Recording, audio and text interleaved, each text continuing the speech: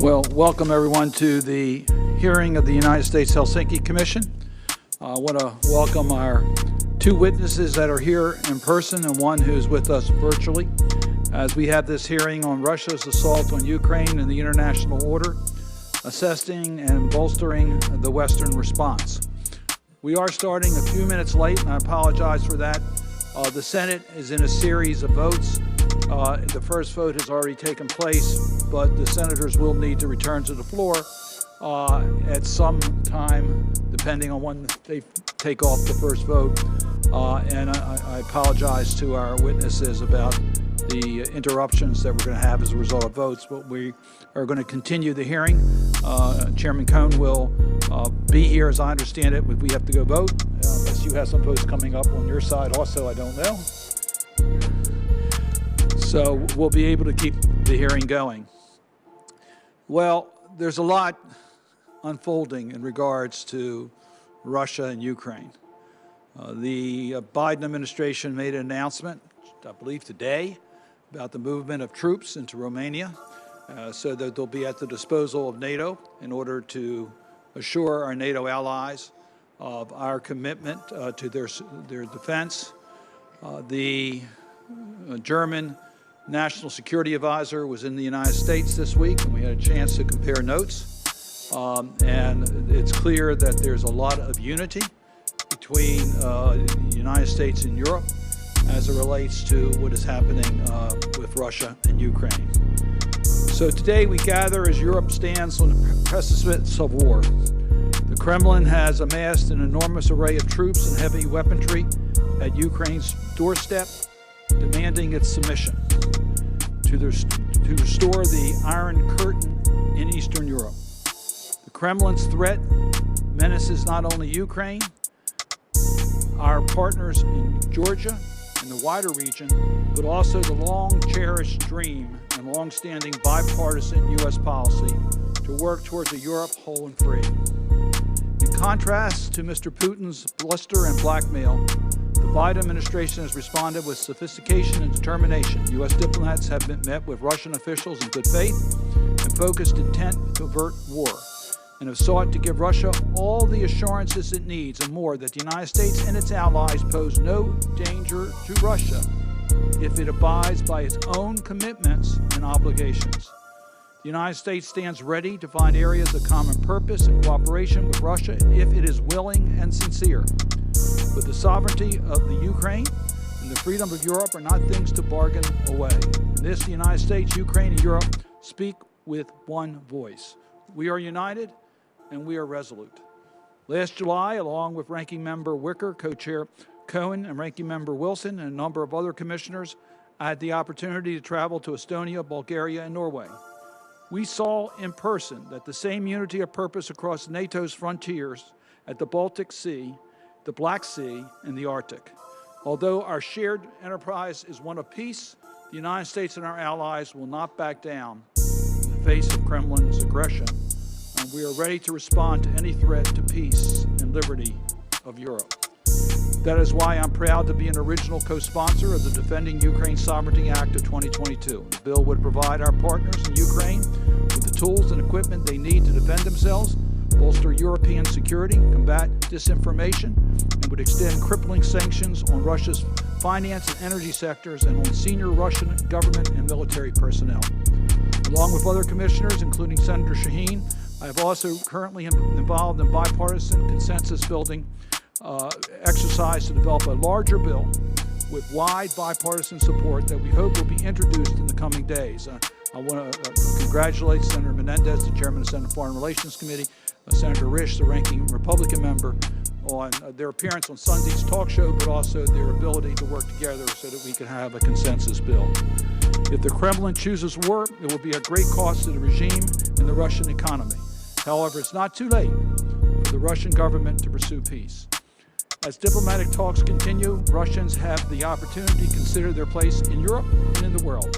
The Kremlin may elect to make war on Europe and the risk scathing international isolation, crushing economic penalties, and invite the full defensive power of the Euro-Atlantic to Eastern Europe.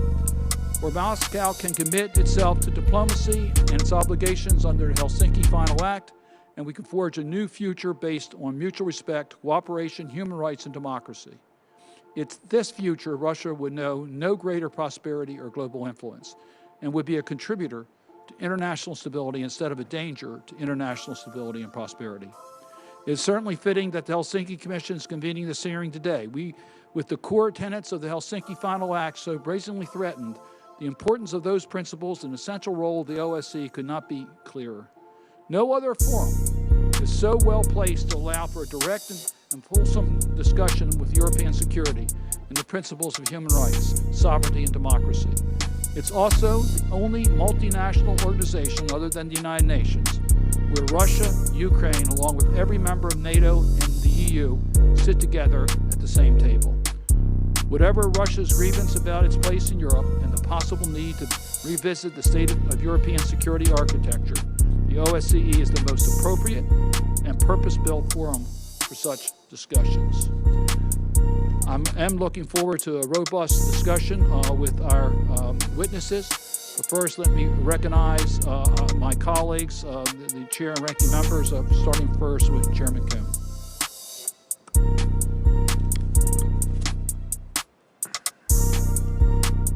Thank you, Chairman Cardin, for scheduling this hearing, and this most important hearing to the world, let alone the people here in the United States. And thank you to our panelists for helping shed light on the situation. You all are most experts on the issues and have experience which we and the American public need to hear.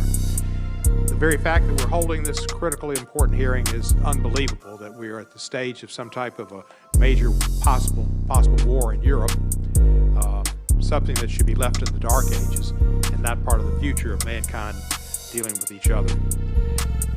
We are confronted with this possibility of the largest land invasion in Europe since World War II. President Putin amassing over 100,000 troops, I guess 170,000 they're estimating now, and military equipment on the border of Ukraine, a country that's trying to escape the legacy of Kremlin colonialism. Putin is threatening neighboring Ukrainians simply because they dare to pursue a path of democracy, accountable governance, and transatlantic integration. It's a developing democracy. It's not perfect, of course, but it's a developing democracy and can only become a better democracy if allowed to breathe and live, be free. The Kremlin wants to deny that sovereign nation that ability to exercise the will of its people and wants to stop it before it becomes more experienced with democracy and entrenched. Let me be very clear. The Kremlin's rhetoric about Ukraine presenting a security threat to Russia is nothing more than a lie being used to force its own will on an independent European state. It's almost comical to think that when you bring 170,000 troops and all other type of military equipment to the borders of a country, that you're saying that that country is a security threat to Russia.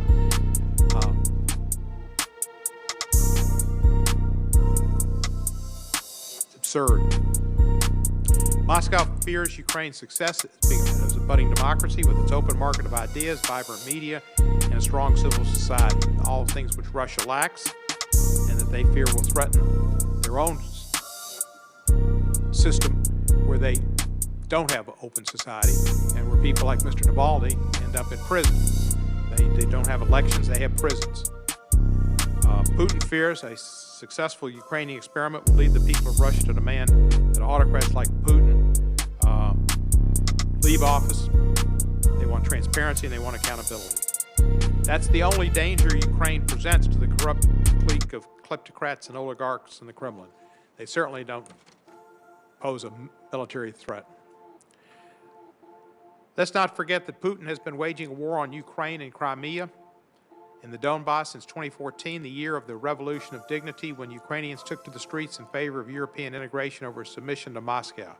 Really a heroic period of time when people risked their lives for democracy, many of whom lost their lives, many of whom were injured, but they knew they wanted to be free, and they put it on the line and they succeeded. Russia's illegal occupation of Ukraine's Crimean Peninsula is a nightmare for those who speak out against Russia's illegal presence there, and many Ukrainians continue to be persecuted for speaking out, particularly the indigenous Crimean Tatars. Thousands of Ukrainians have lost their lives defending their country against hostile Russian actions. We should not forget their sacrifices as we hold the Kremlin accountable. The Kremlin has time and again used Ukraine as a testing ground for operations, be it cyber attacks, weaponization of energy, or proxy wars that are later used against others, including the United States. This is as much about Europe and the free world as it is about Ukraine. We must not forget the lessons of history that have taught us the dangers of appeasing aggressors who are driven by egomania, distorted perception of history, and lies. This is about egomania, the desire to put oneself in history books along with others, all of whom got there because of people in the military that lost their lives pursuing land accumulation and political accumulation of power for the egomaniacs who wanted to be written down in a history book once they were put into the ground. It is my hope this Kremlin-manufactured crisis can be resolved through diplomacy. A failure to do so will lead to the unnecessary loss of lives on both sides of this conflict. The Russians don't want to see their children come home in body bags, nor do the Ukrainians. Putin might not care, but most Russian people don't want to see it, and certainly the parents of the soldiers don't want to see it. And that could lead to additional consequences in the region, both calculable conflicts and others that may now be unforeseeable. While I'm neither a proponent nor an advocate for war, a free and sovereign Ukraine capable of defending its territorial integrity against current and future threats is the crux of security for the whole of Europe. He won't stop at Ukraine. He wants what Peter the Great had. He wants what the Soviet Union used to be. And that brings up our Baltic friends, our friends in Poland, our friends all along the border. As friends to Ukraine and Ukrainian people, the United States and all of Ukraine's allies should stand firm and unified in support of this crucial goal. So I wish use this opportunity to express solidarity with the people of Ukraine. I visited Ukraine on a couple of occasions. I found the people to be warm and inviting, who enjoyed the idea of freedom and don't want to go back under the yoke of repressive, oligarchical, and kleptocracy. I know they will prevail, their spirit will prevail. The Russians are looking for trouble. Even if their tanks win, they will lose. Inevitably, they will lose. Look forward to hearing from our witnesses. Thank you, Congressman Cohn. Now recognize my co-leader in the Senate, Senator Wicker. Thank you very much, Mr. Chairman, and our witnesses must certainly understand they'll eventually get to testify. But I do think it's important that we speak with solidarity here, and I want to congratulate Congressman Cohen and Senator Cardin for their very forceful remarks. We're aware of the circumstances under which we're meeting. Ukraine is under imminent threat of an invasion from a massive military force assembled on its border by Putin's Russia. It could happen this week. It could happen any day. These forces threaten not only the Ukrainian capital of Kiev, but also they cause concerns for our friends in Poland and the Baltic states, and they cause concern for the United States. If you are concerned about our status in the world, if you're concerned about Taiwan, if you're concerned about a free Pacific, you are concerned about Ukraine today. Russia is already using cyber attacks and information warfare against Ukraine, and we are warned that Moscow is likely or may very well stage a provocation as a pretext for military action. It certainly would not be the first time. Such a shameful tactic would echo Putin's own actions in the past, as well as those of Adolf Hitler and the Nazis when they began trying to subjugate large portions of Europe. The Helsinki Commission is uniquely positioned for this conversation.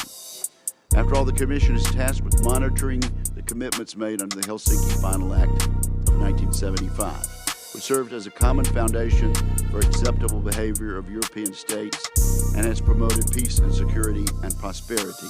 And I might mention that the Helsinki Final Act of 1975 was signed by the leadership of every member country, including the leadership of Russia at the time.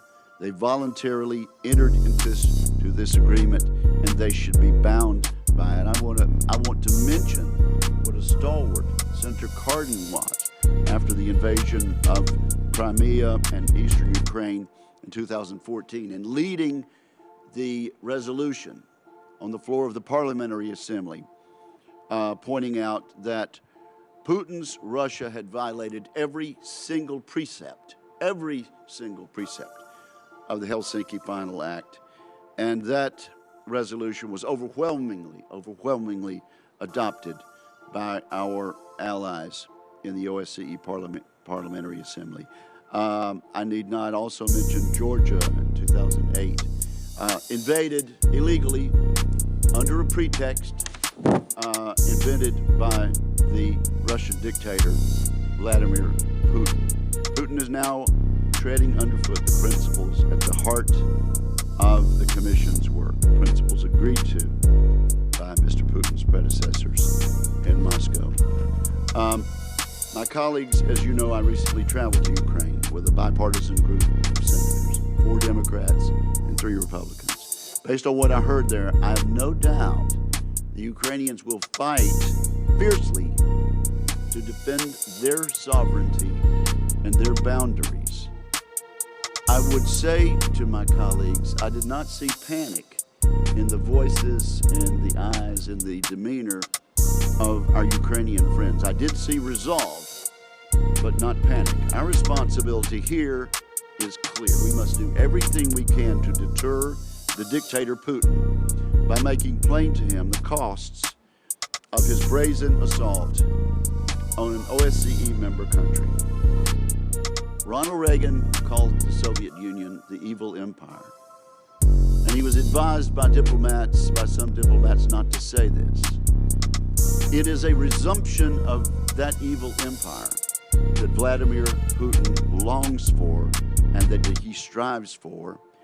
And it's the reason he's done what he's done in Transnistria. It's the reason he has done what he's done in the 2 provinces he's invaded in the Republic of Georgia, and it's the reason for his invasion and threatened invasion of the sovereign Ukrainian Republic. Let me close by stressing 2 things. Nobody wants to see an escalation of the Ukrainian conflict. If it is escalated, it is because Mr. Putin has brought 100,000 troops in to the edge of the eastern part of Ukraine. It is because he has moved elite Russian troops from the far eastern parts of Russia to borders very dangerously close to the border of Poland, Belarus, to the border of Ukraine and Belarus. What happens in Ukraine will not stop in Ukraine. How this crisis plays out will affect other countries in the region, including our NATO partners. Emergent powers around the world are watching closely what the United States does. And I must make this final point to my colleagues, House and Senate. We've yet to update our national defense appropriation. There's talk about another continuing resolution. Members of the military leadership met with members of the Senate just this morning and talked about how inadequate a continuing resolution, keeping the appropriations where they were a year ago, a year and a half ago, instead of updating them as we know we have to do, how injurious that is to our national security. I can't think of a better signal that the House and Senate could send than to resolve our differences about how much money needs to be spent on the domestic programs and on the defense programs, and to get at least the defense portion of our appropriation bill updated and passed within the next few weeks. That would send, to me, as strong a signal to Putin's Russia as the passage of legislation which members on both sides of the aisle are working on diligently. I yield back, Mr. Chairman. Well, first, let me just concur with Senator Wicker. I think the strongest message we can send right now is the passage of the budget, the appropriation bills. So we don't do a CR, I agree completely. Plus, also, I hope the bipartisan bill in regards to unity, giving this administration all the tools they need to clear message to Mr. Putin the consequences if he invades further into Ukraine. We'll now recognize the Republican leader from the Helsinki Commission in the House, Representative Wilson. Thank you, Chairman Ben Cardin. Thank you for convening this hearing, and thank you for your bipartisan leadership, as you just indicated, how important that is that the world recognize that Republicans and Democrats stand together. It's never been more urgent to understand the threat to Ukraine, not only militarily, but on the humanitarian level. Conflict breaking out between these two nations would result in a needless and horrific loss of Russian and Ukrainian life. Russian families would suffer again. The world must not repeat the consequences of a European cross-border invasion as occurred in 1939 by Hitler into Poland, ultimately resulting in 27 million dead in the Soviet Union, 8 million dead in Germany, and the genocide of over 6 million Jews. Americans appreciate that German ambassador to the United States, Emily Haber, has been outspoken for the people of Ukraine. I was grateful to join a bipartisan congressional delegation to Ukraine in December to hear firsthand from Ukrainians about the situation on the ground and their need and expectations for the future. The Kremlin must pay attention to these meetings. Putin should know by now that both parties in the U.S. Congress are firmly united in support of the people of Ukraine, as we see so clearly today of Democrats and Republicans, and so well expressed, and not surprisingly, by Senator Roger Wilkins being correct again. Wicker being correct again. And not only Ukraine, but any country that has been invaded, occupied, such as Georgia and Moldova, or coerced by the Kremlin, and all those living under threat from Putin, such as the Baltic republics of Latvia, Lithuania, and Estonia, along with adjoining Belarus. Putin's tyrannical decisions continue to damage the reputations of the talented people of Russia. There should be no repetition of the 1932 Red Famine, where Stalin starved 4 million Ukrainians, along with 1 million in Kazakhstan and the Volga region, as documented by Anne Applebaum. Where we stand in Ukraine in this decisive moment has serious implications. With my visits over the years, I've been impressed by the city of Kyiv, with its energized people. Western democracies must be bold. I continue to call for sending advanced anti-tank, anti-aircraft, and anti-ship missiles to Ukraine for maximum defense of their freedom. Since the siege of Leningrad in World War II, where Russian citizens with American equipment successfully stopped the Nazi invaders, this country continues the great tradition of America, providing military aid to its allies opposing invaders. At the end of the siege of Leningrad, over 800,000 Russian lives were lost, and in the city, and that's more than the United States and the United Kingdom lost in all of World War II.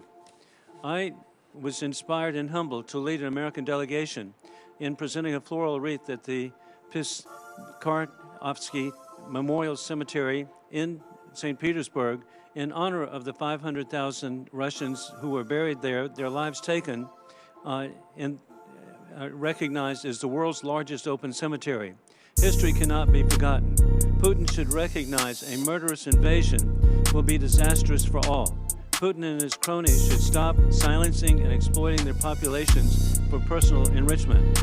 We've already seen the toll of Putin's occupation has taken on Crimea and the Donbass. Restrictions on freedom of speech and religion, punishment for asserting Ukrainian identity. All these things would be implemented further into Ukraine should Putin capture more territory. Millions of more lives would be upended and needless deaths, including civilians, would be inevitable. Let us not only hope that the further tragedy can be avoided, but work to do what we can to bolster Ukraine's defenses against Putin. I look forward to learning from our witnesses today what is happening in the region, particularly how the American people can continue to support a trusted partner, the people of Ukraine, in these troubling times. I'm also hopeful that the Russian people to continue to respect international treaties and boundaries, even though the Kremlin does not. I'm grateful that today the Washington Times published an op-ed, Why Ukraine Matters for the American People, and the families of Germany, Japan, Korea, Israel, and India. And with this, I again appreciate the witnesses today, and I yield back.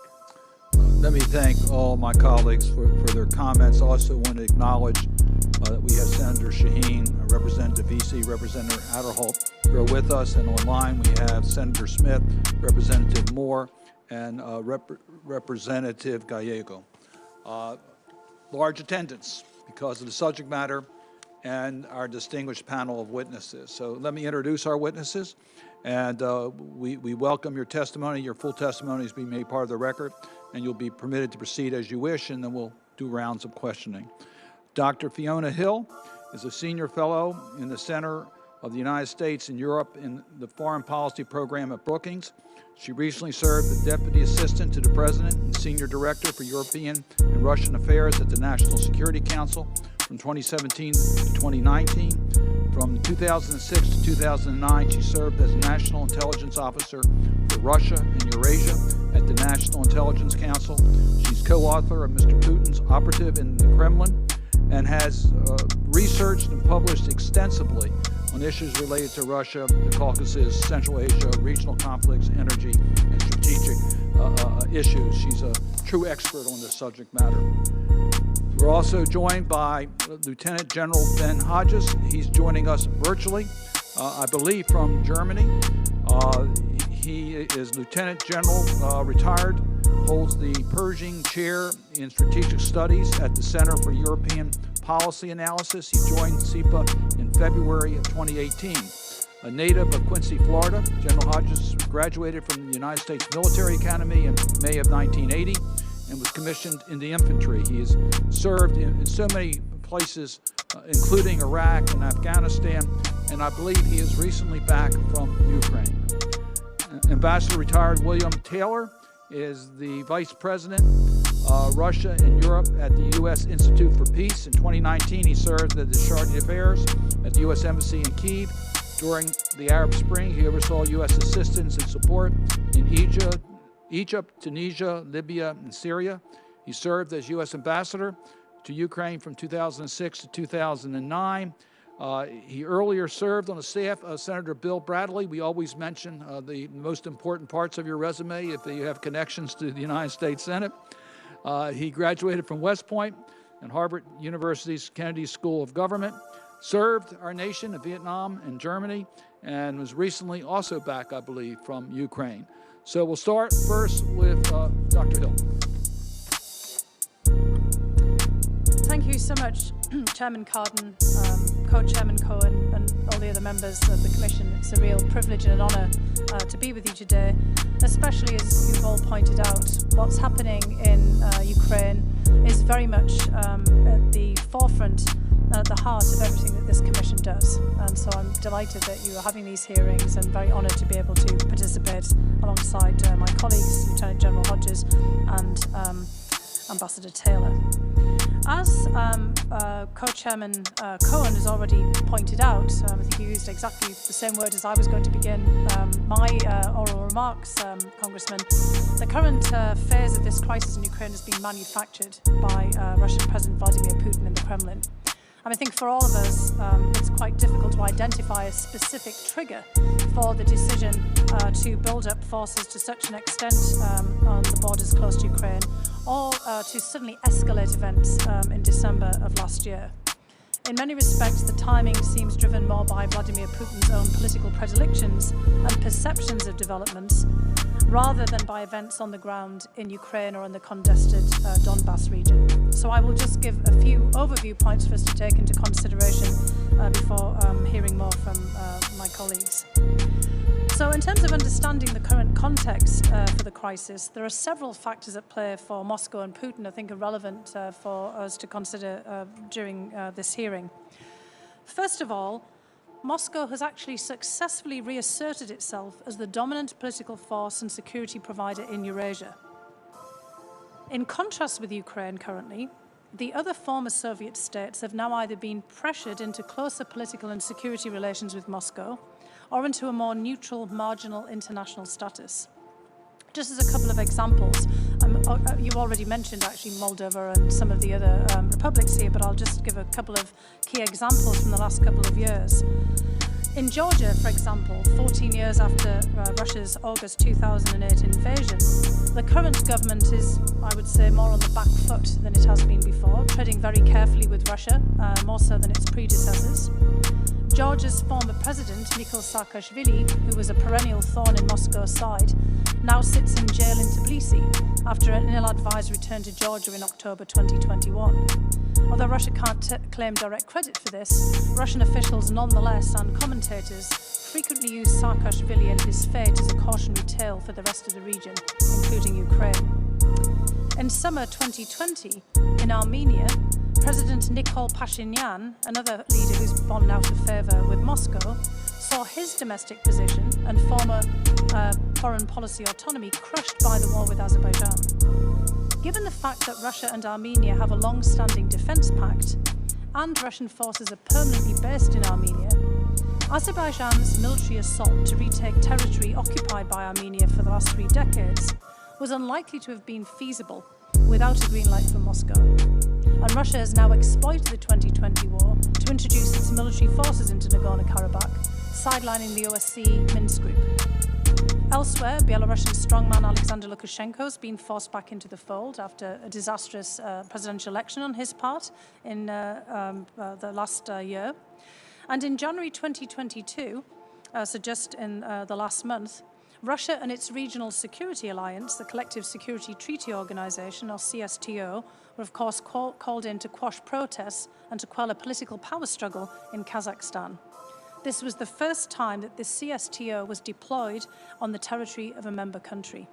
So Russia feels emboldened by all of these developments in Eurasia. From Russia's perspective, the United States played no significant role in addressing these upheavals. And the United States, again from Russia's perspective, seems grievously weakened at home and abroad. For Vladimir Putin, again this is his view, America's political disarray mirrors Russia's predicament immediately after the dissolution of the USSR and offers a rare opportunity.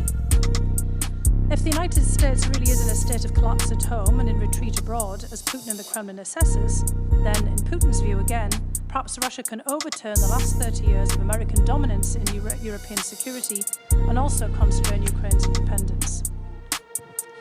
If we look at Europe, not just at Eurasia, Moscow now sees ample opportunity to take advantage of developments there.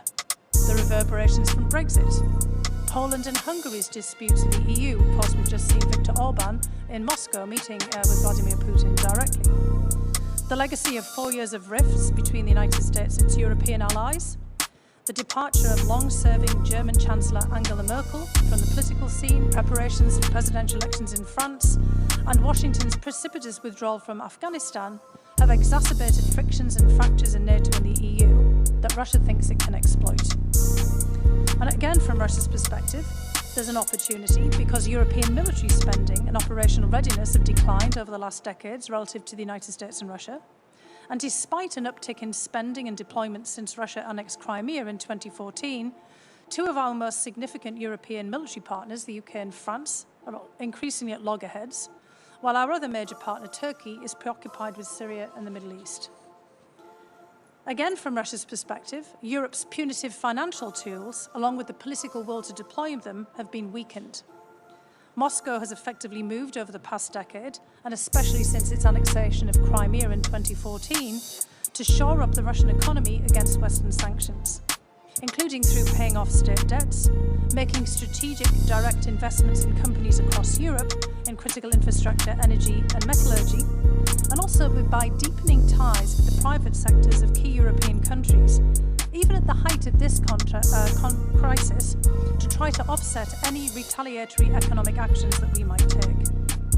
Putin and the Kremlin clearly believe that European and American investors will serve as Russian allies and advocates for limited sanctions, and that they will push for a speedy reconciliation with Russia, limiting our government's capacity for confrontation. Putin has also, as members of the Commission are well aware, taken Russia's ambitions and positions during this crisis well beyond Eurasia and Europe.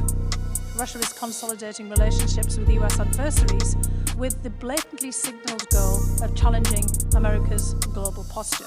We've seen this with recent visits to Iran by Putin, and of course we're soon going to be seeing Vladimir Putin sitting alongside President Xi at the opening of the Beijing Olympics. And there have been many other instances where Putin has clearly moved out to other theatres to signal that Russia means business there as well. Putin's been quite explicit about these moves, as well as about the ideas of deploying new nuclear weapon systems to parts of territory closer to Europe, or perhaps even to the Caribbean, under some recent commentary out of Moscow. And this whole goal here seems to be to undermine the current international order, or at least to show an intent to do so, as a gambit to get the United States to the negotiating table. As members of the Commission have already stated, Russia has long sought a commitment from the United States, NATO and the European Union that it will have a clearly defined role in post-Cold War European security institutions and also decision-making power whenever developments or events run counter to its interests. Russian officials have recently expressed frustration about the slow response from the United States to Moscow's repeated requests to engage on proposals for a new European security order. And in many respects, Putin is pushing this really hard because of his own timeline. So just again, something to bear in mind, Putin's very mindful of 2024, not just when we have our presidential election, but also when he must theoretically, as well as in practice, submit himself for re-election at home to then gain the presidency for perhaps another 6 to even 12 years, depending on how many terms he sees before him at this particular juncture. So in many respects, time is of the essence for Putin. He would like to achieve a resolution of these issues before 2024. And right now, his public opinion ratings are not what they used to be. The last time Putin's popular approval fell significantly was just before the annexation of Crimea back in 2014. At that juncture, annexation proved universally popular in Russia, and Putin may hope for a similar boost ahead of the Russian presidential elections by showing the Russian people that he can take decisive action against Ukraine, NATO and the United States. In the meantime, at home, Putin has done a very good job in Russia of making the United States and NATO look like the aggressors in the perpetration of this crisis. Abroad, he's also bent on convincing the rest of the world that Ukraine is either an internal matter for Russia to resolve or the object of a Cold War-style dust-up with the United States. It's Putin that's trying to depict this as a proxy war, like Korea and Vietnam were in the Cold War. But however, in recent Russian polling, half of Russians believed that the United States and NATO were to blame for the crisis, and only a tiny fraction thought that Russia itself was to blame. But across the border in Ukraine, in stark contrast, more than 70% of Ukrainians now view Russia as a hostile state, which has increased from 60% in spring of 2021. And I would just offer to the Commission, and again I'd be very interested to hear what Lieutenant General Hodges and Ambassador Taylor have to say about this after their recent visit to Ukraine, that this latter point about Ukrainian attitudes could prove very problematic for Putin. The Russian president knows history inside out, Russian history that is, but he also has his very own version of it that isn't always shared, not only by us, but also by Ukrainians. The Kremlin and Putin have long deployed Russian values and Russian history as weapons in their conduct of information warfare, especially when it comes to Ukraine. And Putin has, of course, asserted that Russia and Ukraine are historically, culturally, linguistically, and inextricably tied together. He posits that they have only been separated by an accident of history, the collapse of the Soviet Union. And in this narrative context for Putin, this is why we're in this crisis. The mere prospect of any kind of formal relationship between Ukraine and NATO, or between Ukraine and the EU, or Ukraine and the United States, is considered a direct threat to Russia, and also to Putin personally, because every aspect of the Ukraine conflict has been made personal for him. He's talked repeatedly about his own connections to Ukraine and to Crimea, and every move has so far been on his timetable, and every Russian official and commentator has stressed that the ultimate decision-making in Ukraine is up to Vladimir Putin, as well as the small group of people in his inner circle who share his own views. But in acting against Ukraine, Putin and Russia look set to create an eternal enemy out of this neighbouring country, as well as destabilising European and global affairs for years to come, especially if Ukrainian views that Russia is engaged in hostile acts are really as high as they seem to be in the polls. And this is where something interesting should be borne in mind and reflects what Congressman Wilson said in his references to World War II about some of the impacts of hostile acts. Even Putin himself has reflected upon the fact at the beginning of his presidency that acts of aggression against another country, no matter what the motivation and whatever the intent, have lasting consequences. When he was asked by a journalist at the very beginning of his presidency in 2000 whether the Soviet interventions in Hungary in 1956, in Czechoslovakia in 1968, or in Germany in 1953 were big mistakes, he said, yes, they were. They were all big mistakes, in my opinion. And the Russophobia that we have today in Eastern Europe, that's the result of those mistakes. That was Vladimir Putin in the year 2000. Well, in 2022, or 22 years exactly to when he made these comments, the Russophobia, or negative attitudes towards Russia today in Ukraine and elsewhere, are the direct result of Russian military interventions, cyber attacks and intrusions, and political influence operations that we've seen since 2000. So in closing, in countering Putin on this occasion, we have to continue to keep demonstrating to Putin that today's actions in and around Ukraine are a significant mistake, just as they were in the 1950s and 1960s. We should continue to make clear to Moscow that we are open to negotiation, as Chairman Cardin has said and other members have, but not under the current coercive circumstances. We need to reframe this crisis for what it is, as the administration has just done in the United Nations. This is not a proxy conflict. This is not aggression by the United States or NATO. This is not a righteous effort to counter some great historic wrong, as President Putin says. This is an act of post-colonial revisionism on the part of Russia. Ukraine's been an independent country for more than 30 years. Many other countries, as you have said, Chairman Cardin and other members have said, find themselves in similar predicaments today, also threatened by territorial assaults from their neighbours or having their sovereignty threatened. Senator Wicker also made this reference before he left. And we need to keep making it very clear that any further invasion of Ukraine is unacceptable. Thank you, Dr. Hill. Appreciate your testimony. I do want to acknowledge that Representative Sparks has joined us, and it's nice to have you here. Not a member of the commission, but you're always welcome to our hearings. We'll now hear from General Hodges, who I believe is in Germany, which means the time difference there is getting late at night. So we very much appreciate you being with us virtually. Mr. Chairman, thank you very much, and greetings from Frankfurt, Germany. Thank you for the privilege to all of you to provide testimony today. I have just returned from a short trip to Kyiv as part of a delegation of 5 former ambassadors, including my co-panelist, Ambassador Bill Taylor, and former Supreme Allied Commander, General Retired Phil Breedlove. Our visit to Ukraine included a private meeting with President Zelensky, as well as with several members of the Ukrainian Rada, ministers, and military officials. President Zelensky is not confused about the threat. He knows it is very real and that the survival of his government and of his country are at stake. He differs with the United States government as to the scale of what a new Russian offensive will look like, but he has no illusions about the threat. President Zelensky's aim is to grow the size of his armed forces by 100,000 soldiers over the next 3 years, and for that, he needs financial resources. He is not asking for any soldiers from any nation. He only asks for the financial resources to build his own army, for weapons and ammunition, and for continued diplomatic and economic support from the West. The threat from Russia is real and it is growing. While a new Russian offensive is not imminent, I fear it is increasingly likely. There is no sign of de-escalation. President Putin appears overconfident. He is applying maximum pressure on the West in this self-manufactured crisis in hopes that Ukraine and/or NATO will eventually make concessions. What is at stake?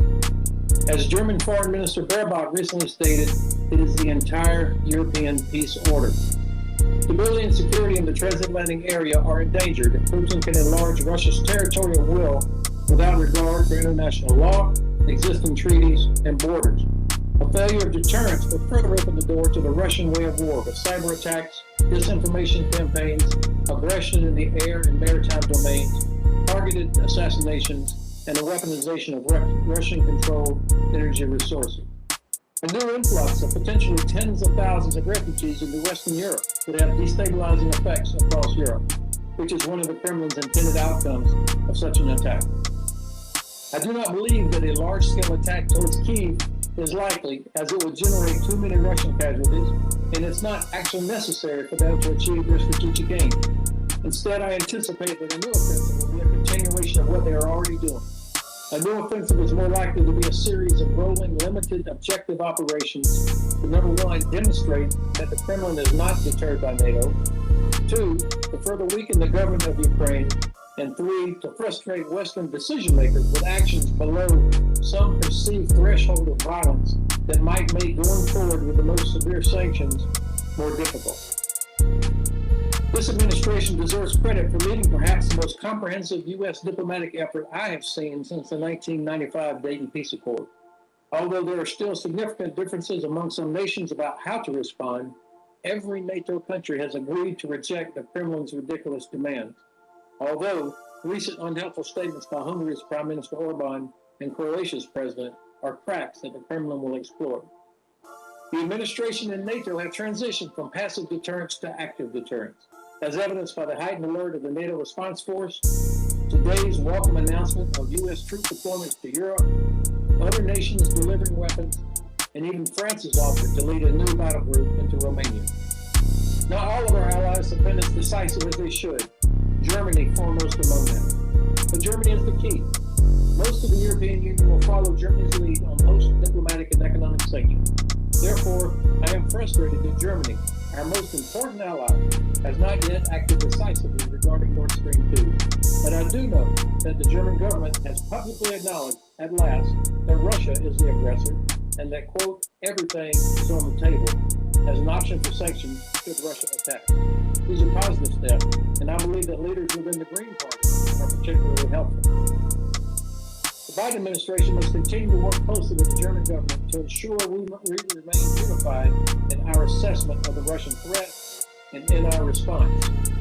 Therefore, we need to understand the domestic political challenges facing this new German coalition government and seek alternative sources of gas to mitigate the threat of Russia disrupting gas supplies to Europe, which the administration is now doing. A partnership between Germany and the United States, which ensures a strong, unified effort in all domains, is what will ultimately give the Kremlin the greatest pause. What else can the alliance do to prevent a new Russian offensive against Ukraine? We need to take the initiative instead of always reacting to whatever the Kremlin does. But we have to do this in unity with our allies. We need to realize that this is about so much more than Ukraine. We need a strategy for the greater Black Sea region, and we must repair the damaged relationship with Turkey, which holds the key to the region. In the near term, we should be doing everything possible to enable Ukraine to more effectively defend itself. I'm happy with most of what the administration is already sending. We just need to get it there faster, especially air defense and anti-ship capability. We must be prepared to escalate horizontally to force the Kremlin to look another direction versus being able to focus fully on its operations in Ukraine, such as threatening the Kerch Strait Bridge and the Russian Navy's illegal base in Sevastopol. We should encourage Turkey to close the Bosphorus and Dardanelles Straits to Russian Navy vessels in accordance with its authority under the Montreux Convention. And we should let it be known that we are seriously prepared to blockade the Russian Navy base at Tartus in Syria. I fully support the administration's plans to enact sanctions targeting President Putin's personal wealth and to remove Russia from SWIFT. We must continue competing in the information domain by countering false Kremlin-backed narratives, such as that NATO is a threat to Russia. Finally, the West should build an off-ramp for President Putin. There are things we can do which will not in any way betray Ukraine, our allies, or any of our values, but could give President Putin an opportunity to draw back his forces. For example, we should double down on exercise transparency and offer to reestablish the mutual military special observer missions which existed during the Cold War. NATO members could make a public joint statement where member states guarantee Russia's internationally recognized border. We have already done this. In effect, for decades, NATO has been guaranteeing Russia's border. And on its face, it almost seems ludicrous for Lithuania, Latvia, Estonia to have to guarantee that they would never invade Russia. But maybe because it does seem so ludicrous, making a public event out of it might help counter the false narrative of Russia being threatened by NATO. Of course, the alliance should still keep communication channels open with the Kremlin in every possible format. But we must have a clear-eyed perspective about the nature of diplomacy with the Kremlin. These are not Boy Scouts. They use chemical weapons, poison, and murder against their own opposition. And they use cyber and disinformation to destroy lives and trust in our democratic system. We should talk, but we need to understand with whom we're talking. I look forward to your questions, and thank you again for the privilege of testimony today. General, thank you for your testimony and making yourself available. We appreciate it very much. I want to acknowledge also that Senator Tillis is with us vis-a-vis the internet. We'll now hear from Ambassador Taylor. Chairman Cardin, Co-Chairman Cohen, and other members of the commission, it's a great honor for me to join you here today. It's a great honor for me to here with Dr. Hill and General Hodges. As General Hodges said, he and I spent some time in Kyiv over the past weekend. Just got back yesterday afternoon. We'd be glad to talk to you about what we saw there. The United States and the rest of NATO and Ukraine face a challenge from the Russian Federation that threatens stability and security in Europe and the world. If President Putin decides to invade Ukraine, it will drastically escalate a war that has already killed 14,000 Ukrainians and will result in the death of tens of thousands more, thousands of Russian soldiers. As President Putin considers his options, he should remember that in addition to the crippling cost of sanctions and heavy losses on the battlefield, attacking and killing civilians is a war crime. As you have heard from Dr. Hill and General Hodges, Mr. Putin is making demands that he knows the United States and the rest of NATO and Ukraine will never agree to. President Zelensky and President Biden have firmly rejected those demands. Presidents Zelensky and Biden are not backing down in the face of Putin's saber rattling. They are not compromising principle, and they are not blinking. Mr. Chairman, I believe President Putin will blink. I think Presidents Biden and Zelensky are staring him down successfully. Putin appears for now to be seeking negotiations. The strong measures taken by Ukraine, NATO, and the United States appear to have deterred an invasion, at least for now. However, until Mr. Putin withdraws the large military force from Ukraine's borders and sends it back to normal duty stations, we should continue to take the strong steps that seem to have deterred an invasion so far. Mr. Putin seems to be coming around to the conclusion that negotiations are a better option than invading. The United States, NATO, Ukraine, and the rest of Europe are ready to sit at the negotiating tables to discuss ways to improve the security of NATO, Russia, and Europe. Placement of nuclear missiles, size and location of military exercises, confidence building measures, these can all be discussed. Some of these issues have already been the subject of negotiations between the United States and Russia since last summer. What is not subject to negotiation is the sovereignty of any nation, including and especially Ukraine. The United States, its allies, and Ukraine have been rock solid on this principle. Sticking to that firm stance, backed by credible threats of heavy military and financial costs, seems to have worked. Why do I think Mr. Putin has decided not to invade for now? His statements yesterday suggest that he wants to negotiate.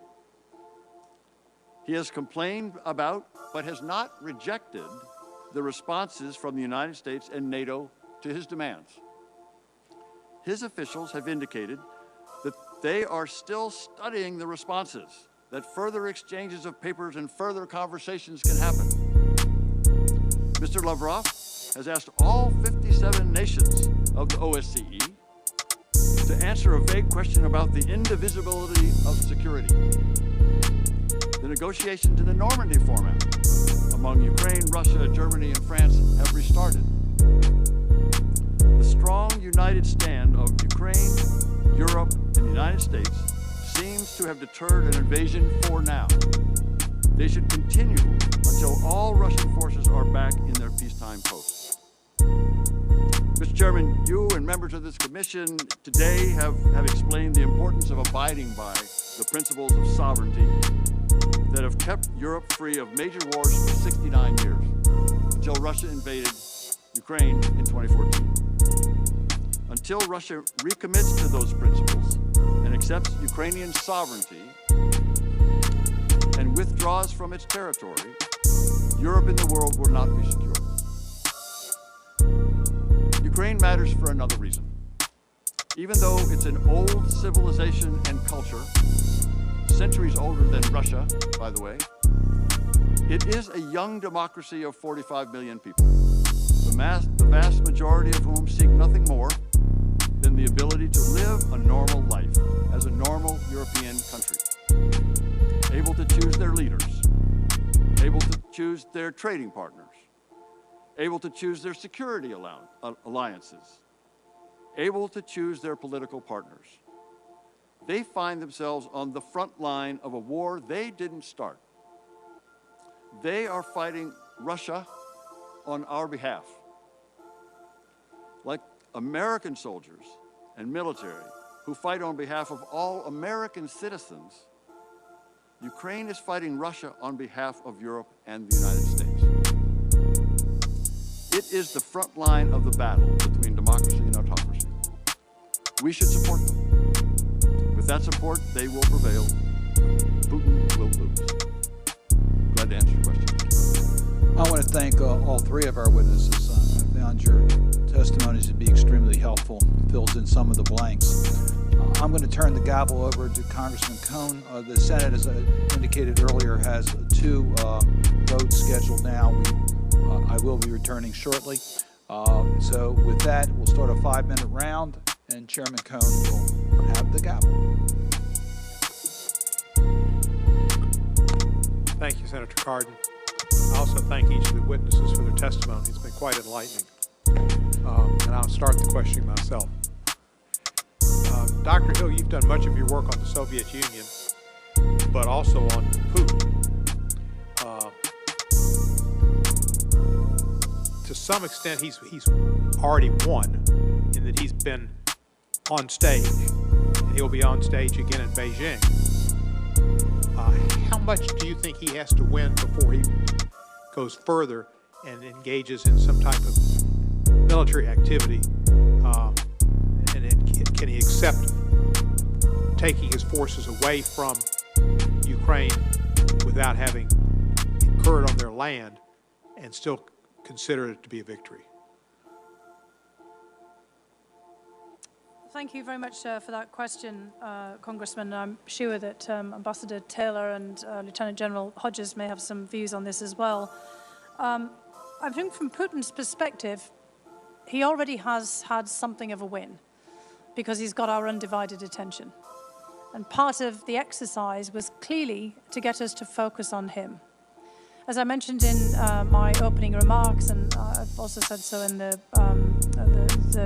paper that I submitted ahead of time, Putin and others around him have been very frustrated that from their perspective, they haven't been able to have a big sit down with the United States in particular, to in effect go over and perhaps even have a redo of the European security arrangements since the end of the Cold War.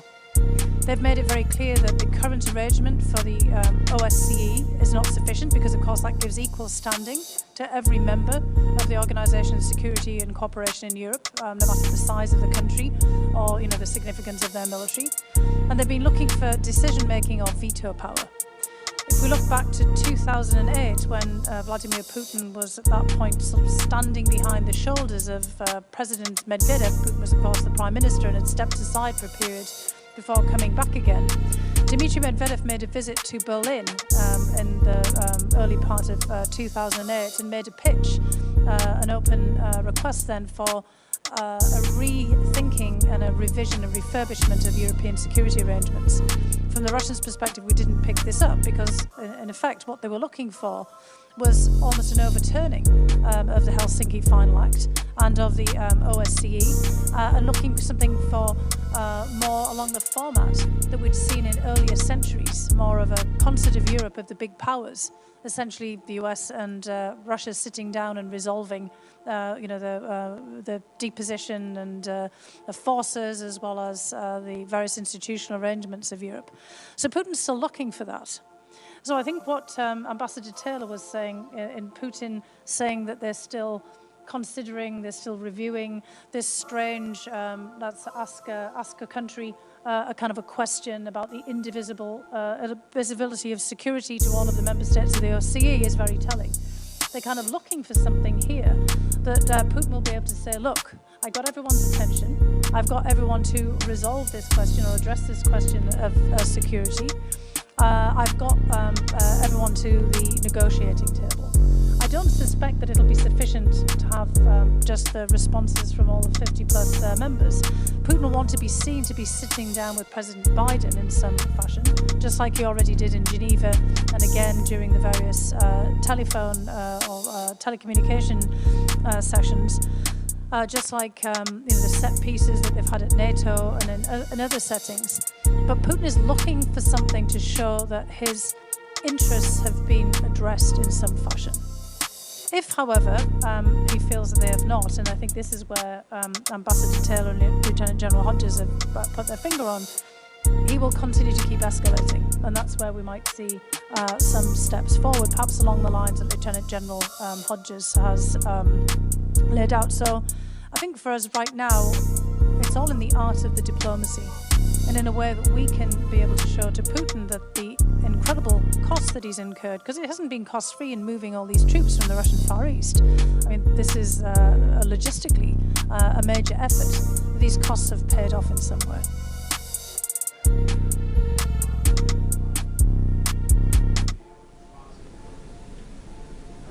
Mr. Carter, I'm glad to. I also be. Why don't I go forward and then and General Hodges can chime in. I agree with Dr. Hill. That is, he has been deterred so far. It has been expensive for him, and the right question is the one you asked, Mr. Cohen, and that is, what did he get for this, or what can he get for this? How can he back down, not invade Ukraine, and still say to the Russian people that he got what he wanted? Well, he clearly is not going to get one of the things, indeed the core things that he says he wants, and that is infringement on Ukraine's sovereignty and the closing of NATO's open door. He's not going to get that. It's very clear. However, as Dr. Hill just said, he's going to get an opportunity to negotiate with President Biden, with NATO, with the rest of Europe in the OSCE, and he will be able to say exactly as Dr. Hill just said, look, I've been complaining about the fact that the West has not taken my security concerns seriously. They haven't taken into account my concerns. Well, I've finally gotten them to do that, he can say to the Russian people. And they're sitting down with me and having this conversation. And Mr. Chairman, I think that's okay. It's fine for him to say that. He didn't get the principle, he didn't get us to violate the principle of sovereignty. He didn't get to close NATO's open door. He got to sit down and talk. That's fine. He can convince the Russian people that that's a win.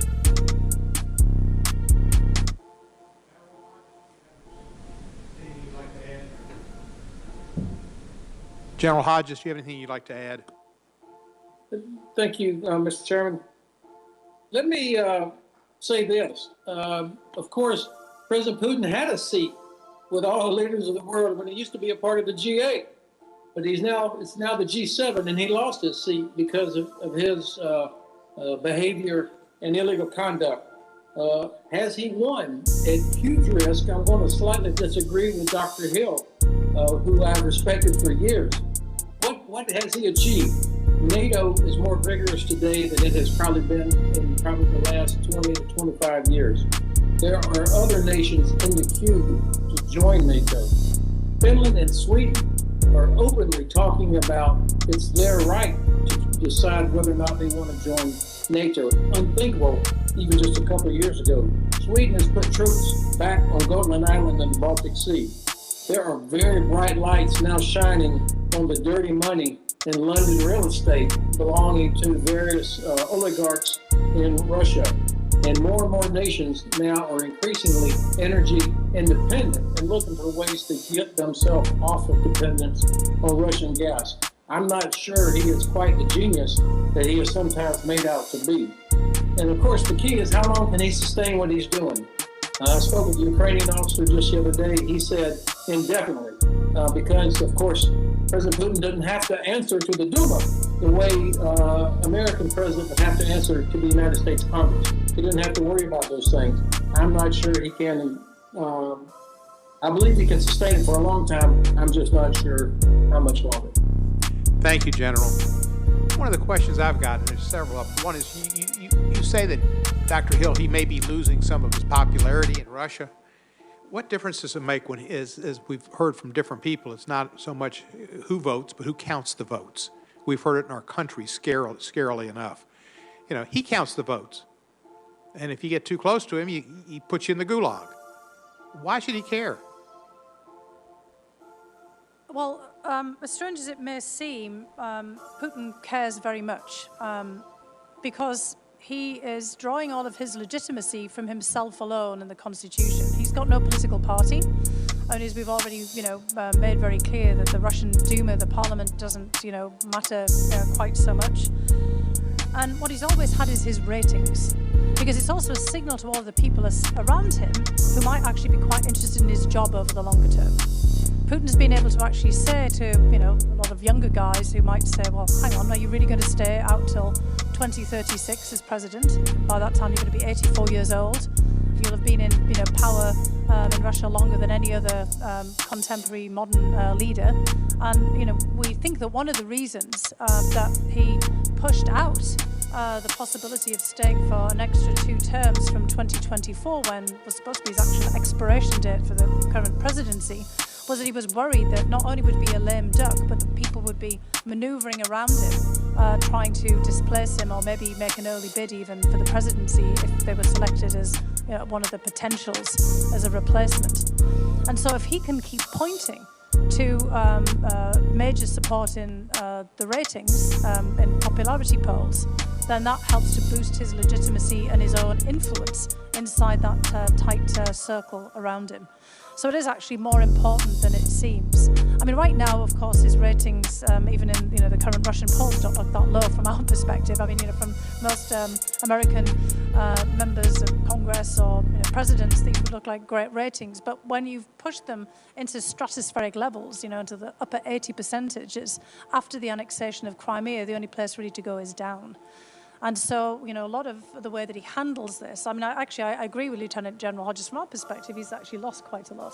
But I think the important thing is for him to have won. I think that's kind of what we're both trying to say here. We have to be able to kind of allow him to have the space at home for declaring a win to give an off-ramp, because he has to be able to spin it. I mean, he doesn't have the media breathing down his neck, but he does have the people around him that he has to demonstrate strength and infallibility to. I mean, he may not appear to be the genius to us that he wants to be, but he has to be at home because his own position, in a way, and his support depends on that. You may have said it as well. Ambassador Taylor said it. He said that we've already been successful in the way we have dealt with him because we've deterred him. Well, when you say we've deterred him, I guess you're saying that he hasn't invaded? Yeah, for now. I mean, that's the thing. So your thought is he would have invaded? Well, and if yes, he would have invaded, why do you think he won't invade? Right, well, he still could. So let's just be very, very clear about this. So I think Ambassador Taylor was very careful for now because, we were, in fact, anticipating some action. Absolutely.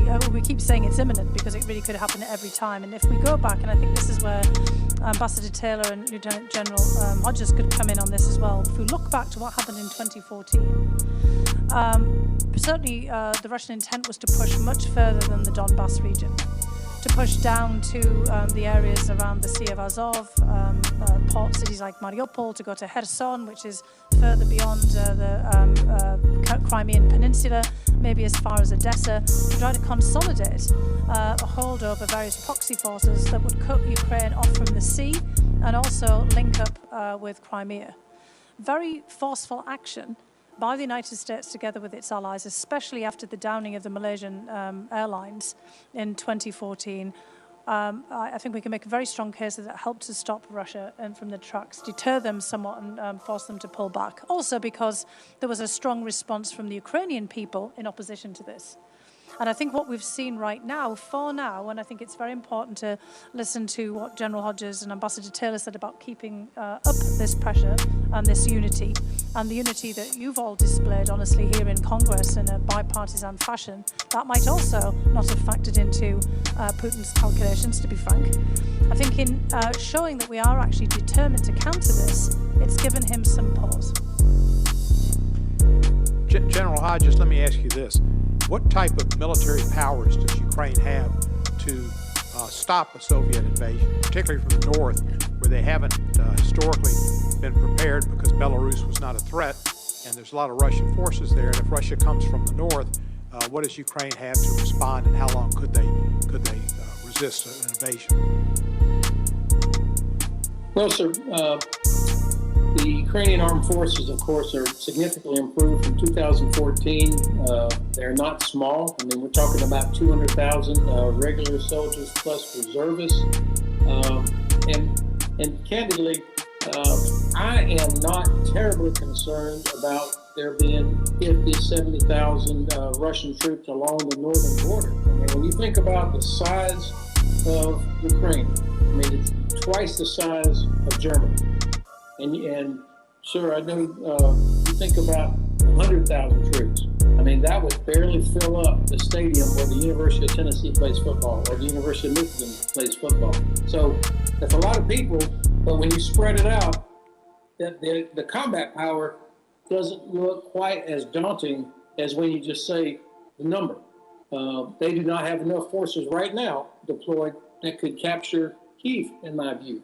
I believe that Ukrainian forces are going to fight like hell, and that this will be a real bloody fight for the Russians. Now, they do have advantages, obviously, in their maritime fleet, in their navy, in their air power, and certainly longer range systems. And whatever they do, it's going to be led by a massive cyber that will make everything difficult, disinformation that will confuse people and cause panic. And without a doubt, there's going to be sabotage. Already, Ukrainian interior forces have rolled up several different groups of saboteurs coming from Transnistria, Belarus, and from Russia, Chechnya. That's all going to happen.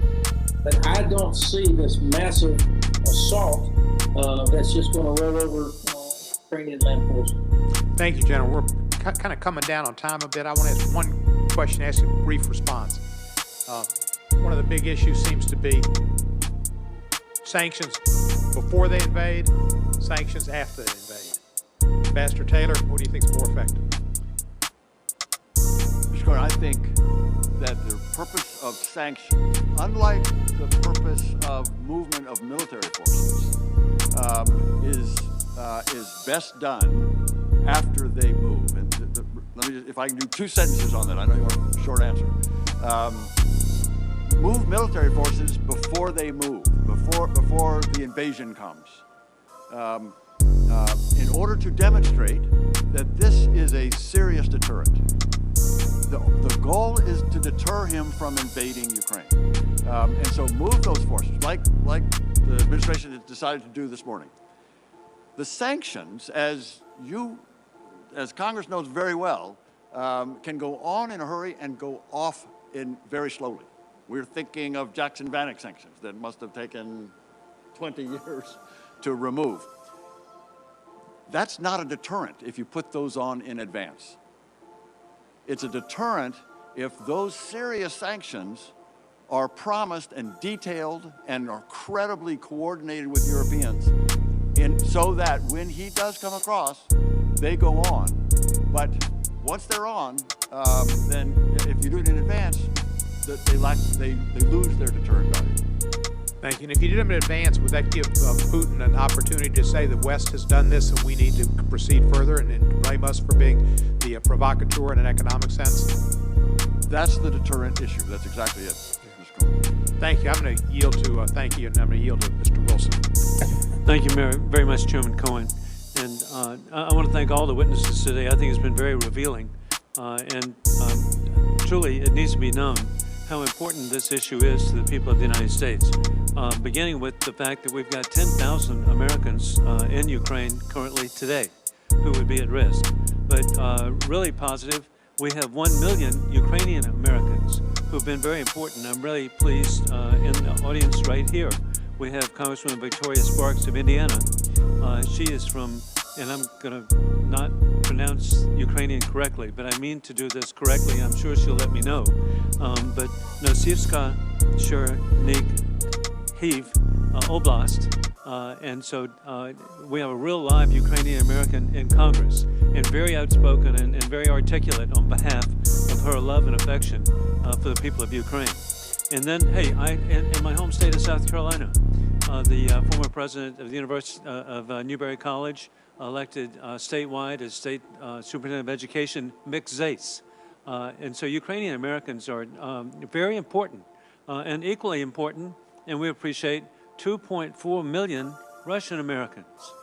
They too are going to be insulted and humiliated by any conduct, and that's why I was so grateful, Ambassador, that you said you didn't feel like there would be an invasion, because it would be catastrophic for the people of Russia.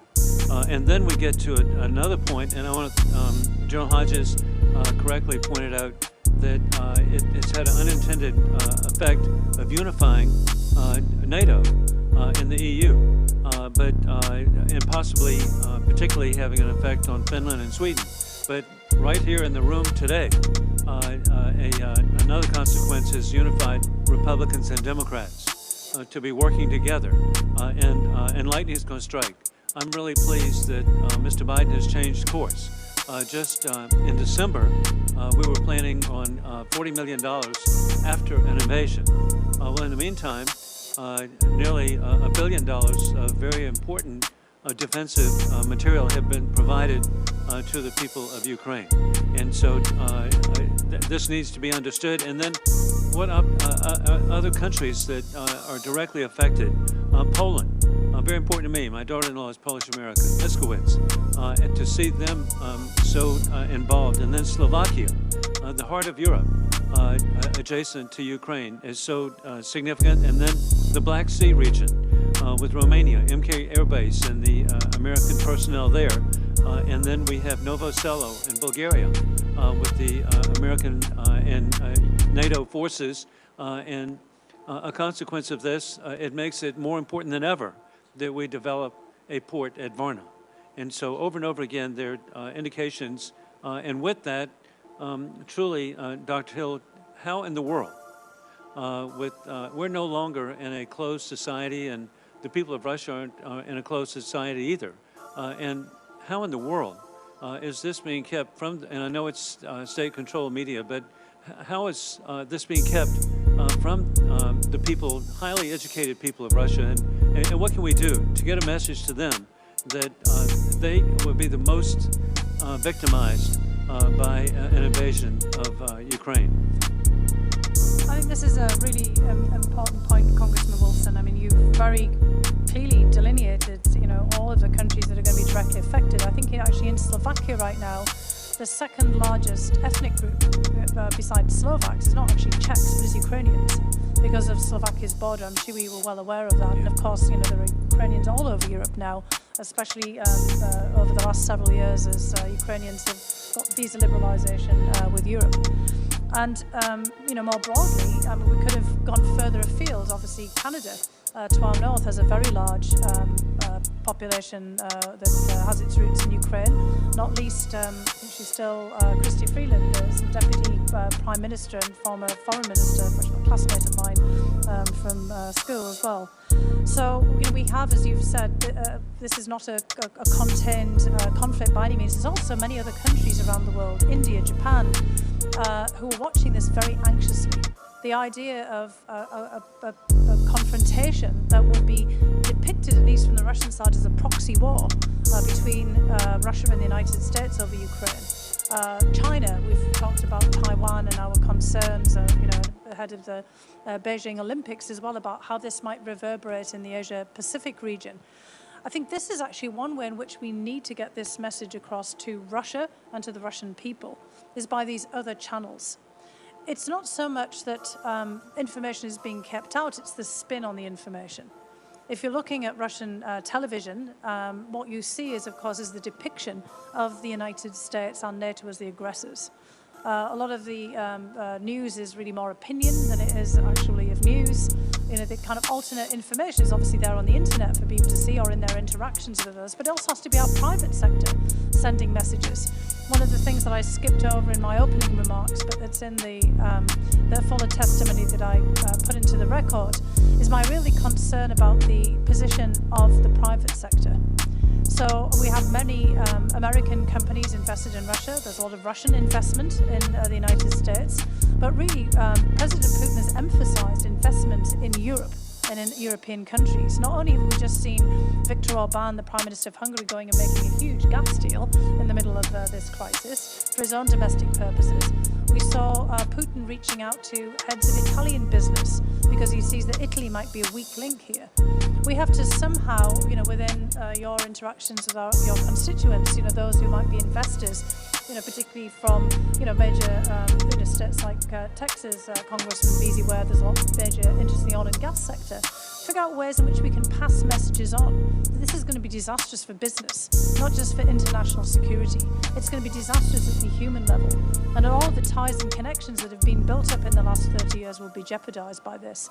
We have the signaling coming from London right now where a lot of the Russian oligarchs, but a lot of ordinary Russians have now, you know, made their home and made their base there for business. I mean, not everyone in Russia is somehow related to the Kremlin and involved in nefarious dealings. We have students at universities, you know, especially in Europe. All of this is going to be upended, and that's a way of spreading out this kind of information. We won't make much headway, unfortunately, through our own broadcasting into Russia. It'll have to be through our using these connections that Putin uses for his own purposes ourselves to pass on messages.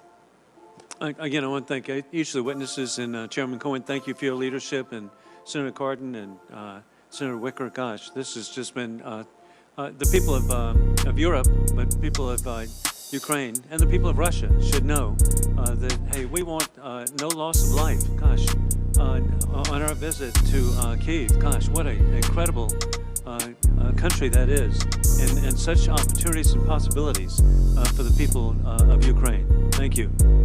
Thank you, Mr. Wilson.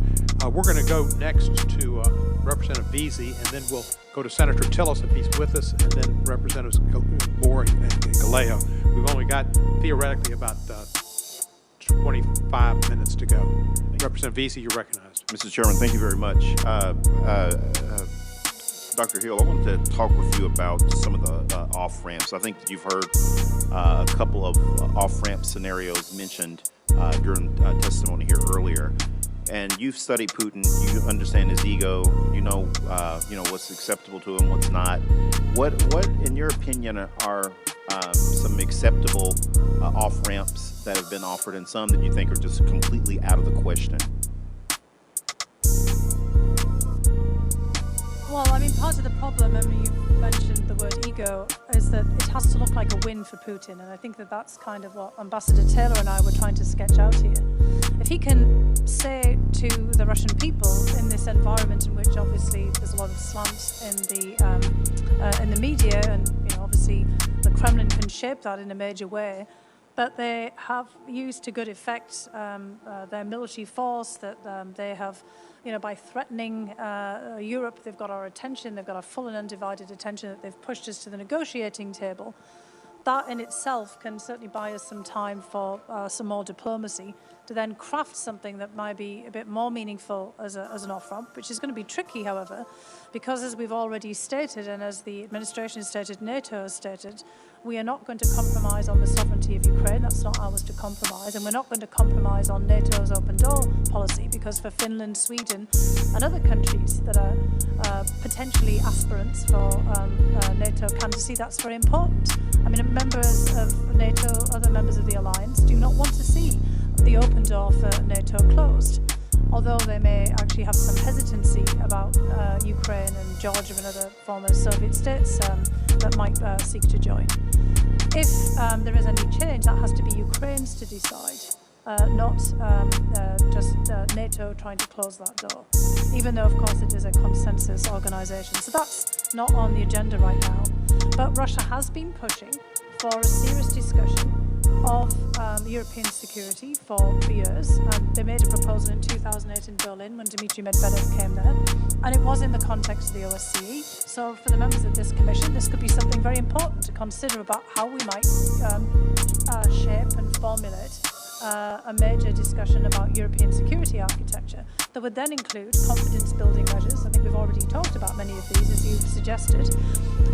The disposition of forces. We have the Conventional Forces in Europe Treaty is kind of now in abeyance. So it's since 2015, I don't think we've had any kinds of discussions about this. Obviously, Russia has made a big show with its novel nuclear weapons of wanting a debate about the future of nuclear missiles, both tactical and intermediate on European territory. We were on the verge of talking to them about commitments not to actually station missiles or further missiles in Europe. I mean, that was all part of a discussion that we were moving forward that has obviously been put to a halt to right now. So there are many things that we could do, but it will have to be framed from Putin in such a way that he can credibly go back to not just the people around him, but to the Russian public and say, I got a win. And that we might not actually want to give him. So part of that will be, dependent on us as well. Yeah, no, absolutely. And also wanted to ask you as well, with, the oligarchs have been mentioned a couple of times in the testimony likewise, and the tremendous amount of money that they've invested in different places in Europe. Can they be used? And I know that, aside from cutting off their money, just if you were to suspend their visas or make it hard for them to travel throughout Europe, is there a way to really put pressure on them and have it get back to Putin and perhaps have him back off through those guys, since they also have money and he's very influenced by money and wealth? Yeah, I mean, look, you also here in Congress and in the Senate have been discussing, various ways of tackling illicit finance. I mean, we had the revelations from the Pandora Papers most recently about all of the offshore zones, including places like South Dakota, which I think was probably a surprise for most people, probably including members of Congress from South Dakota, that were being used as, places where shell companies, can set themselves up, and those are the kinds of instruments that are used by Russian oligarchs and others, basically to hide money, to safeguard money. But also, ultimately, they try to make strategic investments, as I've said already, in companies here in the United States. We have to use the CFIUS process to make sure that that's not being leveraged in any way. There's an awful lot of things that we can do to clean up our own act, to enforce our own regulations. I think here in the US we've been much more forward-leaning on the federal and congressional and Senate level than many of our counterparts have been in Europe. A lot of it has to be done on the state and local government level as well, to be frank. But we are going to have to work with our European allies. The Brits actually are a real weak link in this. And now the British House of Commons is about to do a series of hearings in the next week. Perhaps you could reach out to some of your counterparts on looking specifically at similar legislation to the legislation we already have here in the United States that we passed in the NDAA, for example. They're trying to figure out how they can also close up loopholes, make it more difficult for Russian oligarchs and the Kremlin themselves to use the British legal system as well as the financial system. There's an awful lot of dirty money and illicit finance floating around in London. And then, more broadly in Europe, we have to be working with our European allies, the European Union as well, to figure out how they can put similar processes to CFIUS in place. There's an awful lot that we can do, and I think there's an awfully large role for Congress. I mean, we already set the tone, Congress did with the International Magnitsky Bill, for example. So you yourselves as members of the Congress can also drive some of the other efforts in our European partner countries. Thank you very much. Mr. Chairman, I yield back. Senator Tillis is with us. He's recognized, and he's a proud North Carolinian and proud of Bojangles Chicken. I just wish Bojangles Chicken might have had the contract to feed all those troops. That's got to be some awesome logistics and a whole lot of meals. Senator Tillis, you're recognized. You're not with us?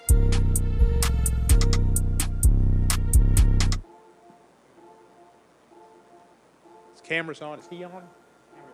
His camera's off. All right. Representative Gwen Moore, are you with us? Yes, Mr. Chairman, thank you so much. Good. You could send him some brats.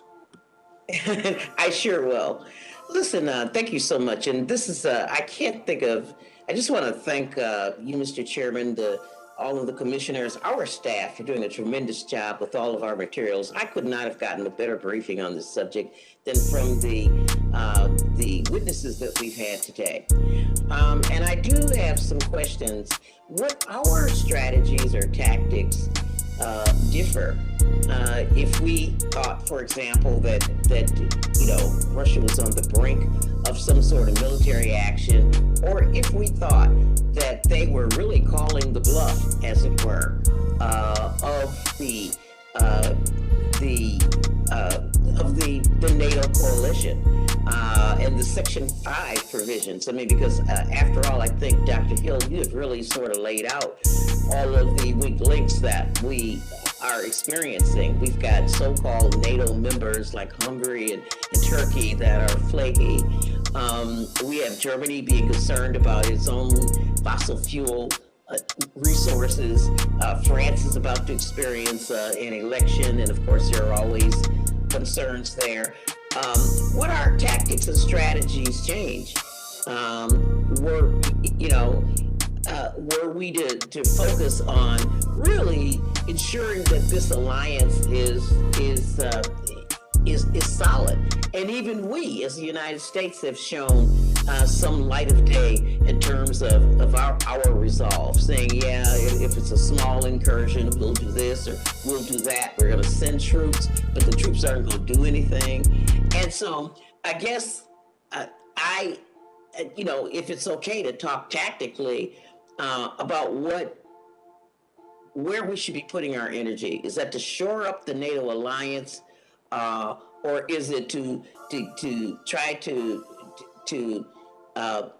put those units on the borders? Belarus is right there to be a staging ground. So I just wonder strategically what we ought to focus on. Thank you, Dr. Hill and Lieutenant General.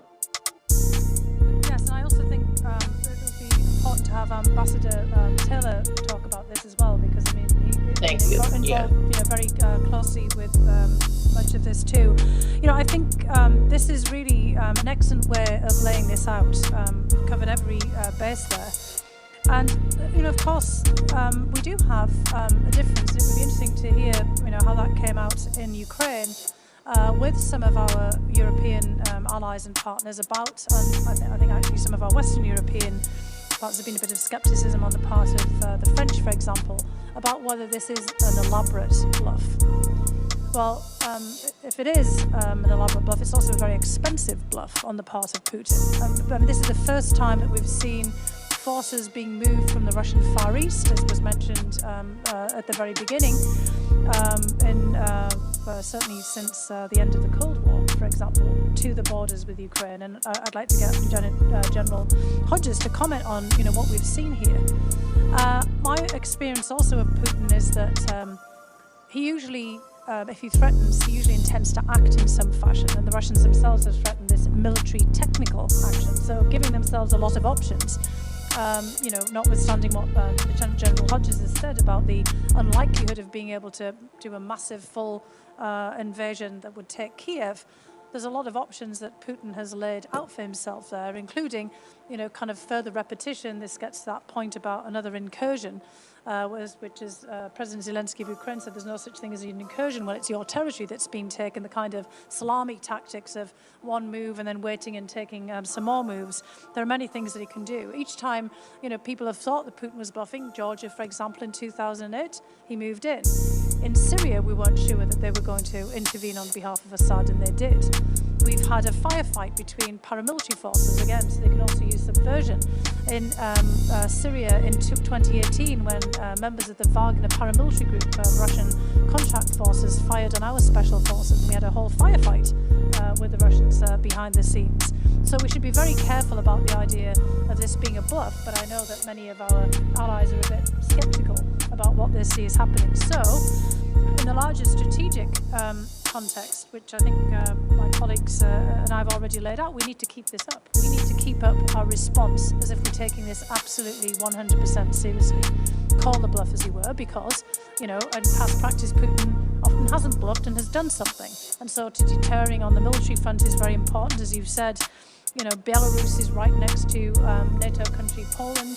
Russia has also raised questions about a threat to its territory from Poland and from Lithuania because of the exclave of Russian territory, Kaliningrad, the former Königsberg, which Russia took as territory on the Baltic Sea during World War II. That, of course, borders Lithuania and Poland. And Belarus is the main supply corridor for Kaliningrad as a sort of a military base from Russian territory as well as from the Baltic Sea. So this is a very, you know, tense situation there. There's lots of saber rattling going on there. We have to take this 100% seriously. Clearly also on cyber, we see that Anne Neuberger is going out to deal with the cyber front, and we really have to work very hard, as Ambassador Taylor said, in making the threats of sanctions very credible along with our allies. I think this major point of how do we deal with Hungary and, you know, some of our other allies that may be trying to choose a bilateral route is going to be rather complicated because Putin clearly, in making this bid for each individual OSCE member to write in their answer on the postcard about how they see indivisible security, is trying to pick countries off. So I think trying to maintain unity is pretty critical. And I really like Congressman Wilson, what you said too about the unity here in the House and in the Senate. I don't think honestly that Putin did expect that, given, you know, some of our polarization and partisan infighting on many other topics. I think we've surprised them, and I think we need to keep on doing that.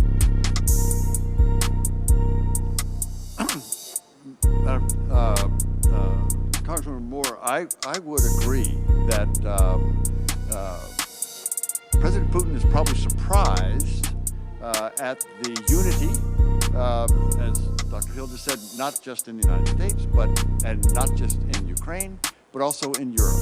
I think he's probably surprised that his saber rattling, his movement of all these troops to the borders of Ukraine, he's probably surprised that President Zelensky has not caved or has not been intimidated. He's probably surprised that the United States hasn't been intimidated or surprised or intimidated. This is a strong showing by the United States, by Ukraine, together with the Europeans. We have to remember the Europeans have reauthorized sanctions every 6 months since for the last 8 years since the Russians invaded. And I'm sure President Putin was surprised by that. So if he's thinking that we're bluffing, that's a mistake. There is the question that Dr. Hill just raised, and that is he bluffing? And we can't assume he's bluffing because he's invaded before. He surprised us before. He invaded Ukraine in 2014. But what we can say is he's been looking at the unity. He's been looking at the possibility of severe sanctions. He's been looking at the additional reinforcements that the United States is already sending into East Europe. He didn't expect this, so that's the bluff that he has to worry about. Thank you so much, Mr. Chairman, and I yield back. Thank you so much. Representative Galeo is on, and I would like to recognize him, and then Senator Cardin's back, and he'll take the chair, and he will close out after Representative Galeo's questions.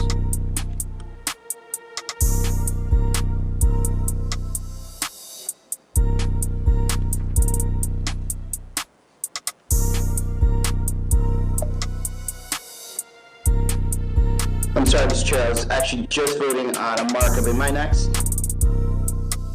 You're not next, you're now. Oh, I'm now, even better. Thank you, Mr. Chair. Thank you, Chairman. Thank you to our witnesses for joining us today. Like my colleagues here, I'm very deeply concerned by Russia's increasingly belligerent behavior and large-scale military buildup on the Ukrainian border. I saw this right firsthand, just as Mr. Wilson had said earlier. We went to a kotel in Ukraine as part of my subcommittee chairmanship on the Armed Services Committee.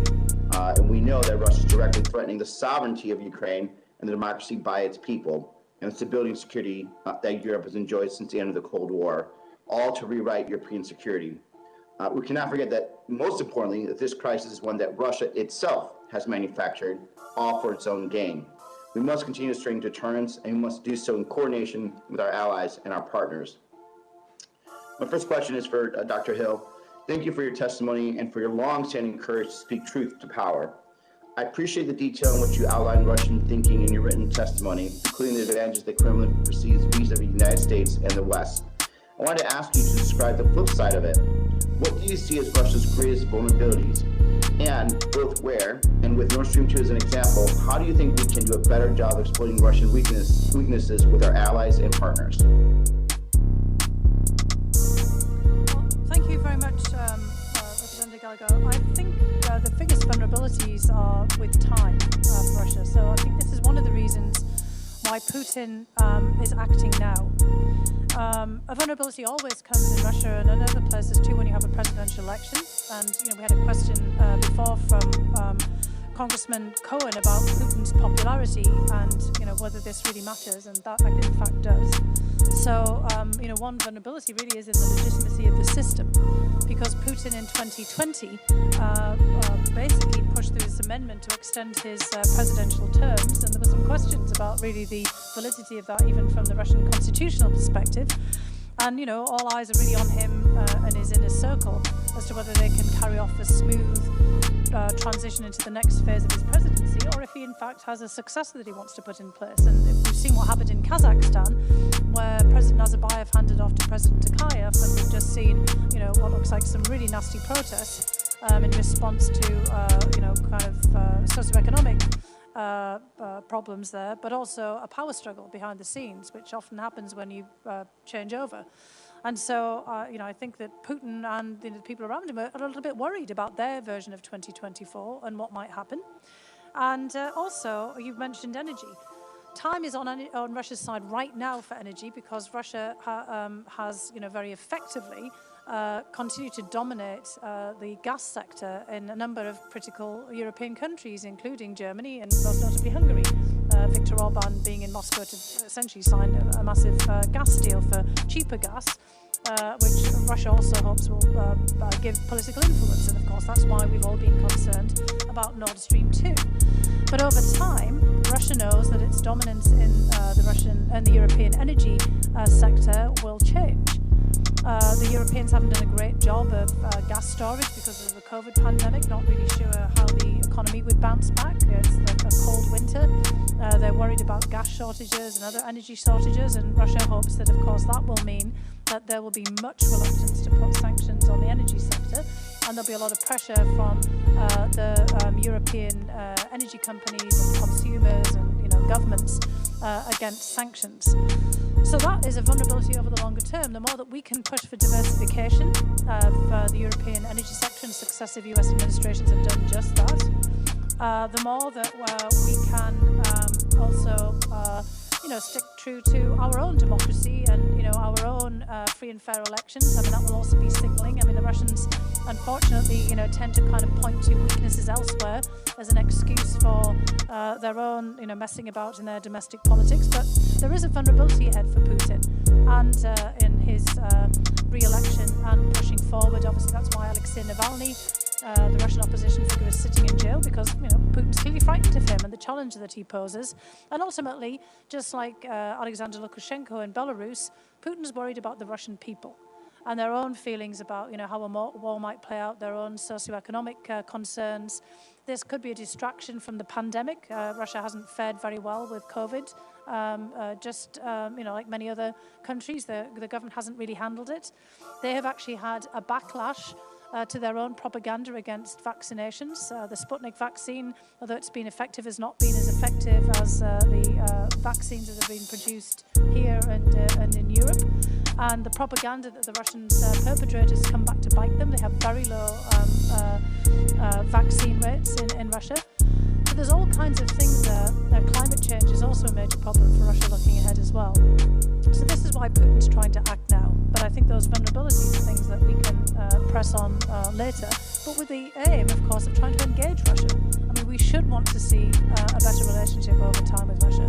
I think there are also vulnerabilities, and I hope Lieutenant General Hodges is still on here to talk to this, in the Russian military as well. Russia makes a big show of its novel nuclear weapons, its strategic nuclear arsenal, because Russia does feel very vulnerable against our conventional forces.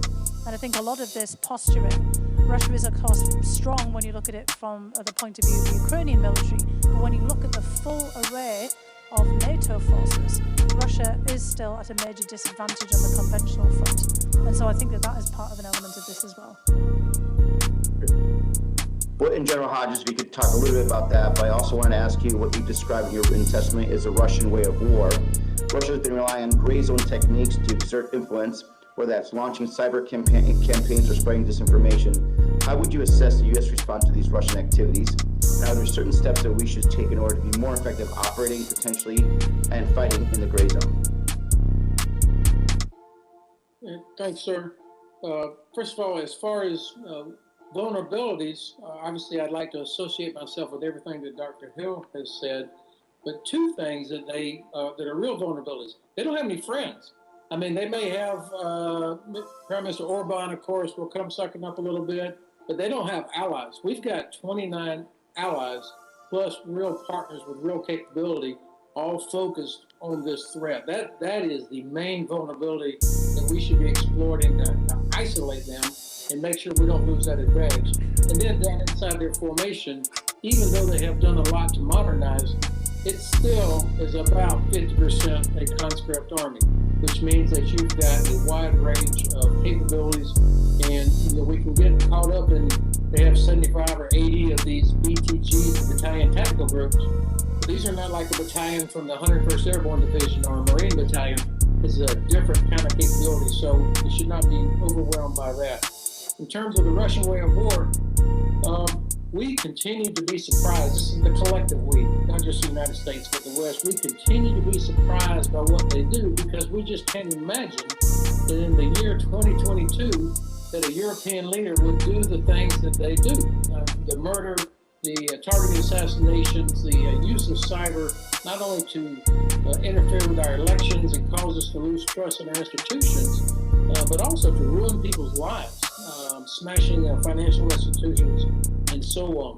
So when we get into a war mindset, that doesn't mean kinetic, that we have to be in the same frame of mind that they are, or at least recognize that they are in a war footing all the time, whether it's disinformation or nuclear weapons and everything in between. Then we can take advantage of all of our assets and dominate them. Excellent. And Mr. Chairman, do I have time for one more question? Yes, you do, but if you can make it brief, we have other members who want to speak. Thank you, Mr. Chairman. This is just for Ambassador Taylor. I wanted to ask you about your recent trip to Ukraine. As I mentioned, our CODA was there recently, and I was impressed by the transformation of the Ukrainian military. But I believe that we can and should do more to make them obviously lethal and create a deterrence. Is there something that you have from takeaways from you there that we could be doing to make them, more lethal and create, at least some deterrence in the minds of Russia? Thank you, Congressman. Yes, General Hodges and I heard President Zelensky answer that question. And he said he wanted to increase the size of his military. He wants to be able to have a larger military, and he wants to double their pay. And for to do both of those functions, those tasks, he needs funds, he needs money, he needs financial support. He's got the intent, the determination, and the military. You saw it as well, and I'm very glad that you were there last month. You saw it as well. They are determined. They are overmatched.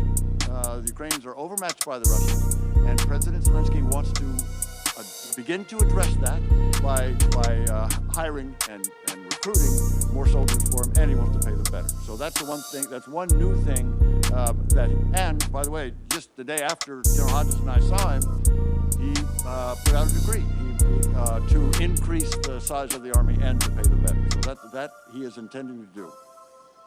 Excellent. Thank you. Now you're back. Thank you. Mr. Chairman, very briefly, Congressman Galeo is being very modest on our visit, he was so effective in expressing support for the people of Ukraine that a member of the Russian Duma on Russian television announced that he should be kidnapped and brought to Moscow for trial. What a backhanded compliment. Thank you. Thank you, President Wilson. Joining a distinguished list of U.S. congressmen and senators who have been put on that list. Senator Tillis. Thank you, Mr. Chairman. Ambassador Taylor, in your opening comments, you were talking about how you thought that the threat of an imminent invasion maybe is reduced, and that there is an interest in negotiation. I'm trying to understand why on earth we would accept any. I mean, they've laid a predicate through a very provocative posture, and now they're saying if we behave or agree to something differently, what is the rational basis for us getting into kind of a hostage-like negotiation discussion with them? It just doesn't seem like it's a good faith discussion, so why am I wrong? So you're absolutely right. While Russia has all those troops on the border, it is a threat to Ukraine. It's holding a gun to Ukraine's head, the hostage, while they negotiate on these other issues. So in order to have any kind of legitimate conversation, productive conversation, they have to demobilize. They have to send their troops, forces back to barracks, back to their home stations. So that's number one. Number two, if the threat of their invasion has gone down, and I think it probably has to some degree. I mean, we see less of the imminent rhetoric that if you don't answer right away, we're going to use military technical means to get you to answer. That's gone. They're now talking about, first of all, they're saying, well, we never intended to invade, which we, of course, don't believe, but that's what they would have us believe. But they also now say that they're willing to have this negotiation. And again, as long as the gun goes down from Ukraine's head, we can have this negotiation. And there are at least two areas that would make sense to negotiate from our standpoint, from NATO's standpoint. And they are military exercises. If we had visibility into their exercise, they say that all these troops on the border of Ukraine and up into Belarus, they're there for exercise. Well, if we had some notice of that exercise, that would be more credible. Totally incredible at this point, but that is an area where we could benefit. That is, if they were to give us notice of their exercise and invite our people to observe them, in return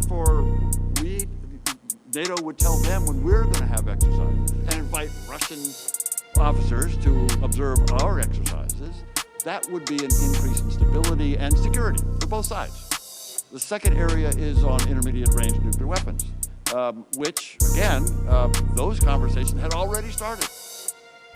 We'd be happy to have that conversation.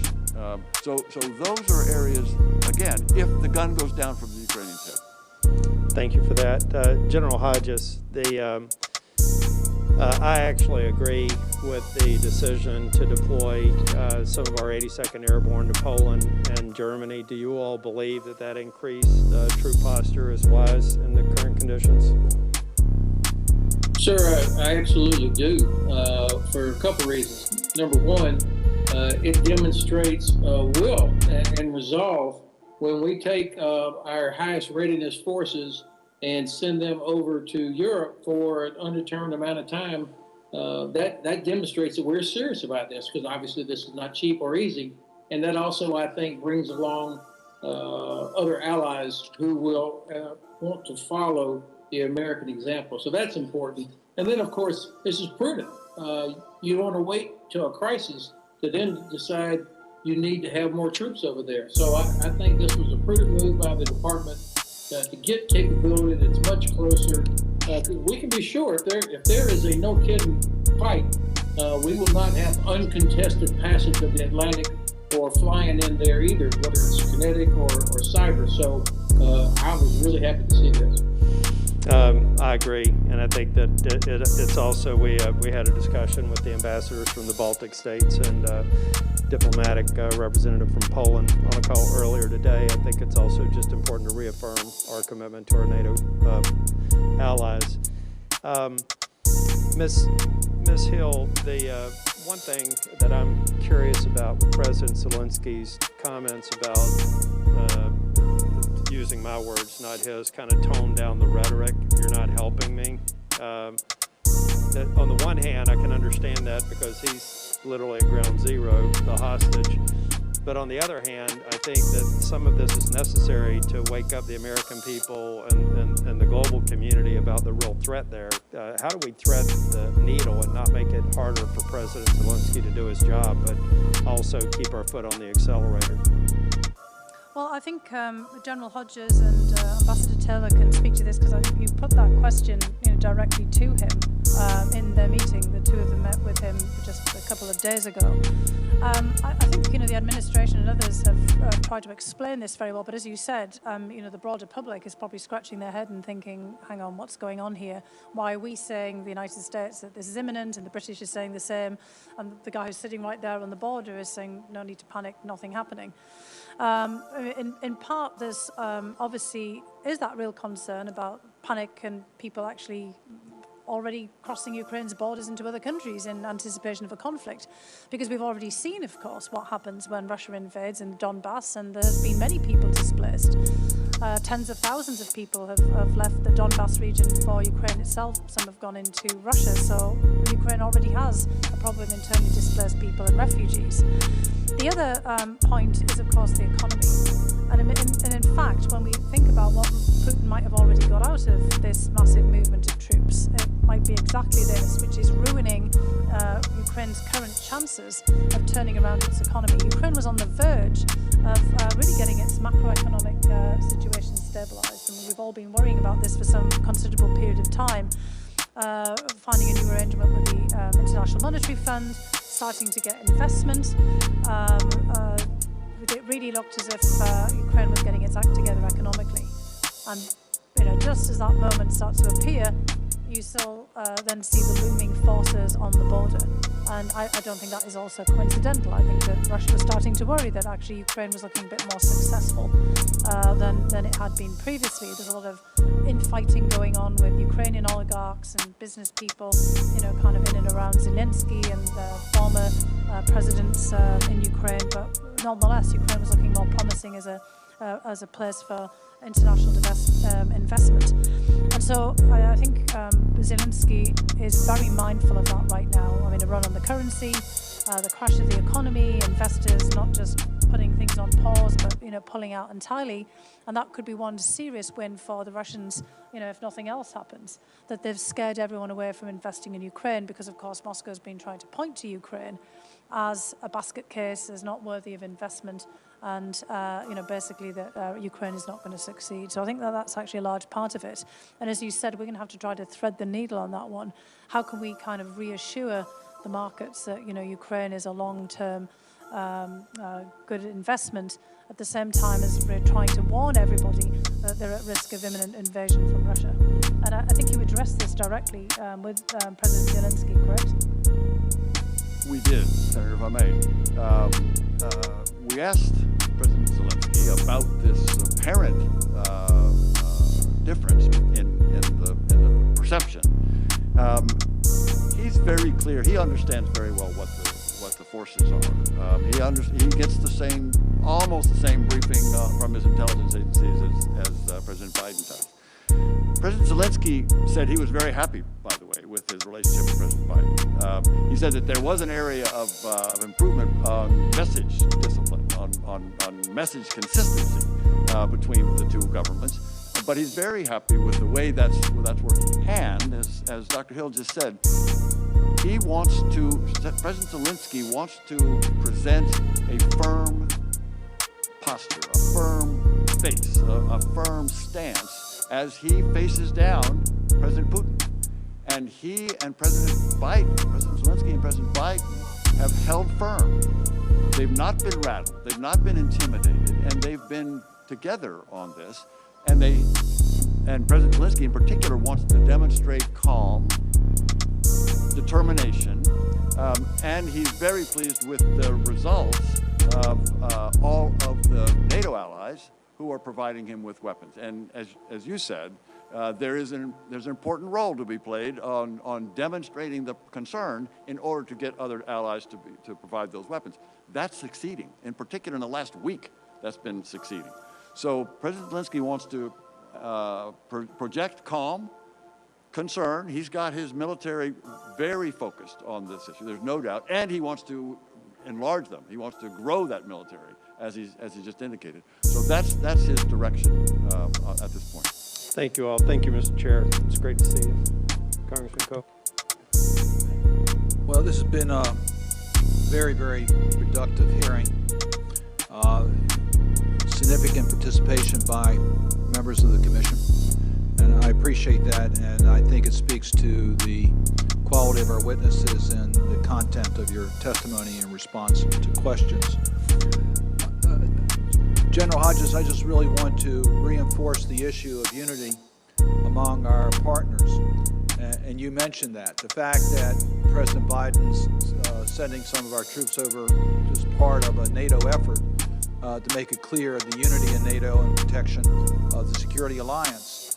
I am concerned, as you've already pointed out, to Mr. Orban's presence in Moscow and the image that portrayed, but more importantly, his conduct over a period of time that questions his long-term commitment to the NATO alliance. So I am concerned about that issue, but it appears to date that it's had no noticeable impact on NATO's resolve. So I think at this stage it appears like, if you have a different view on that, please let me know. I do want to give you my own observations. You mentioned Germany, and Germany has a lot of different interests. We recognize that Nord Stream 2 has been an area that we've been in total disagreement with Germany. But from the conversations that have taken place as recently as this week, there appears to be solid commitment by Germany to NATO's mission, as well as unity on additional sanctions against Russia for further incursions. So I'm pleased to see the unity that we have, and I think that message has not been lost on Mr. Putin. I think the comment you made, Dr. Hill, about the damage done already to Ukraine is real. I mean, I think that is true. I mean, when you're a country that don't have total control over your whole country, and you're being threatened by an enemy that is trying to bring down your government, that very much affects the confidence of investment in your country. But to a certain degree, the sanctions that are imposed against Mr. Putin and Russia likewise affects Russia's viability. And if they do further incursions, there's going to be much more severe sanctions, as we all know, including the banking SWIFT issues, which we've talked about. And what really, I think, is Mr. Putin's attention are the personal sanctions.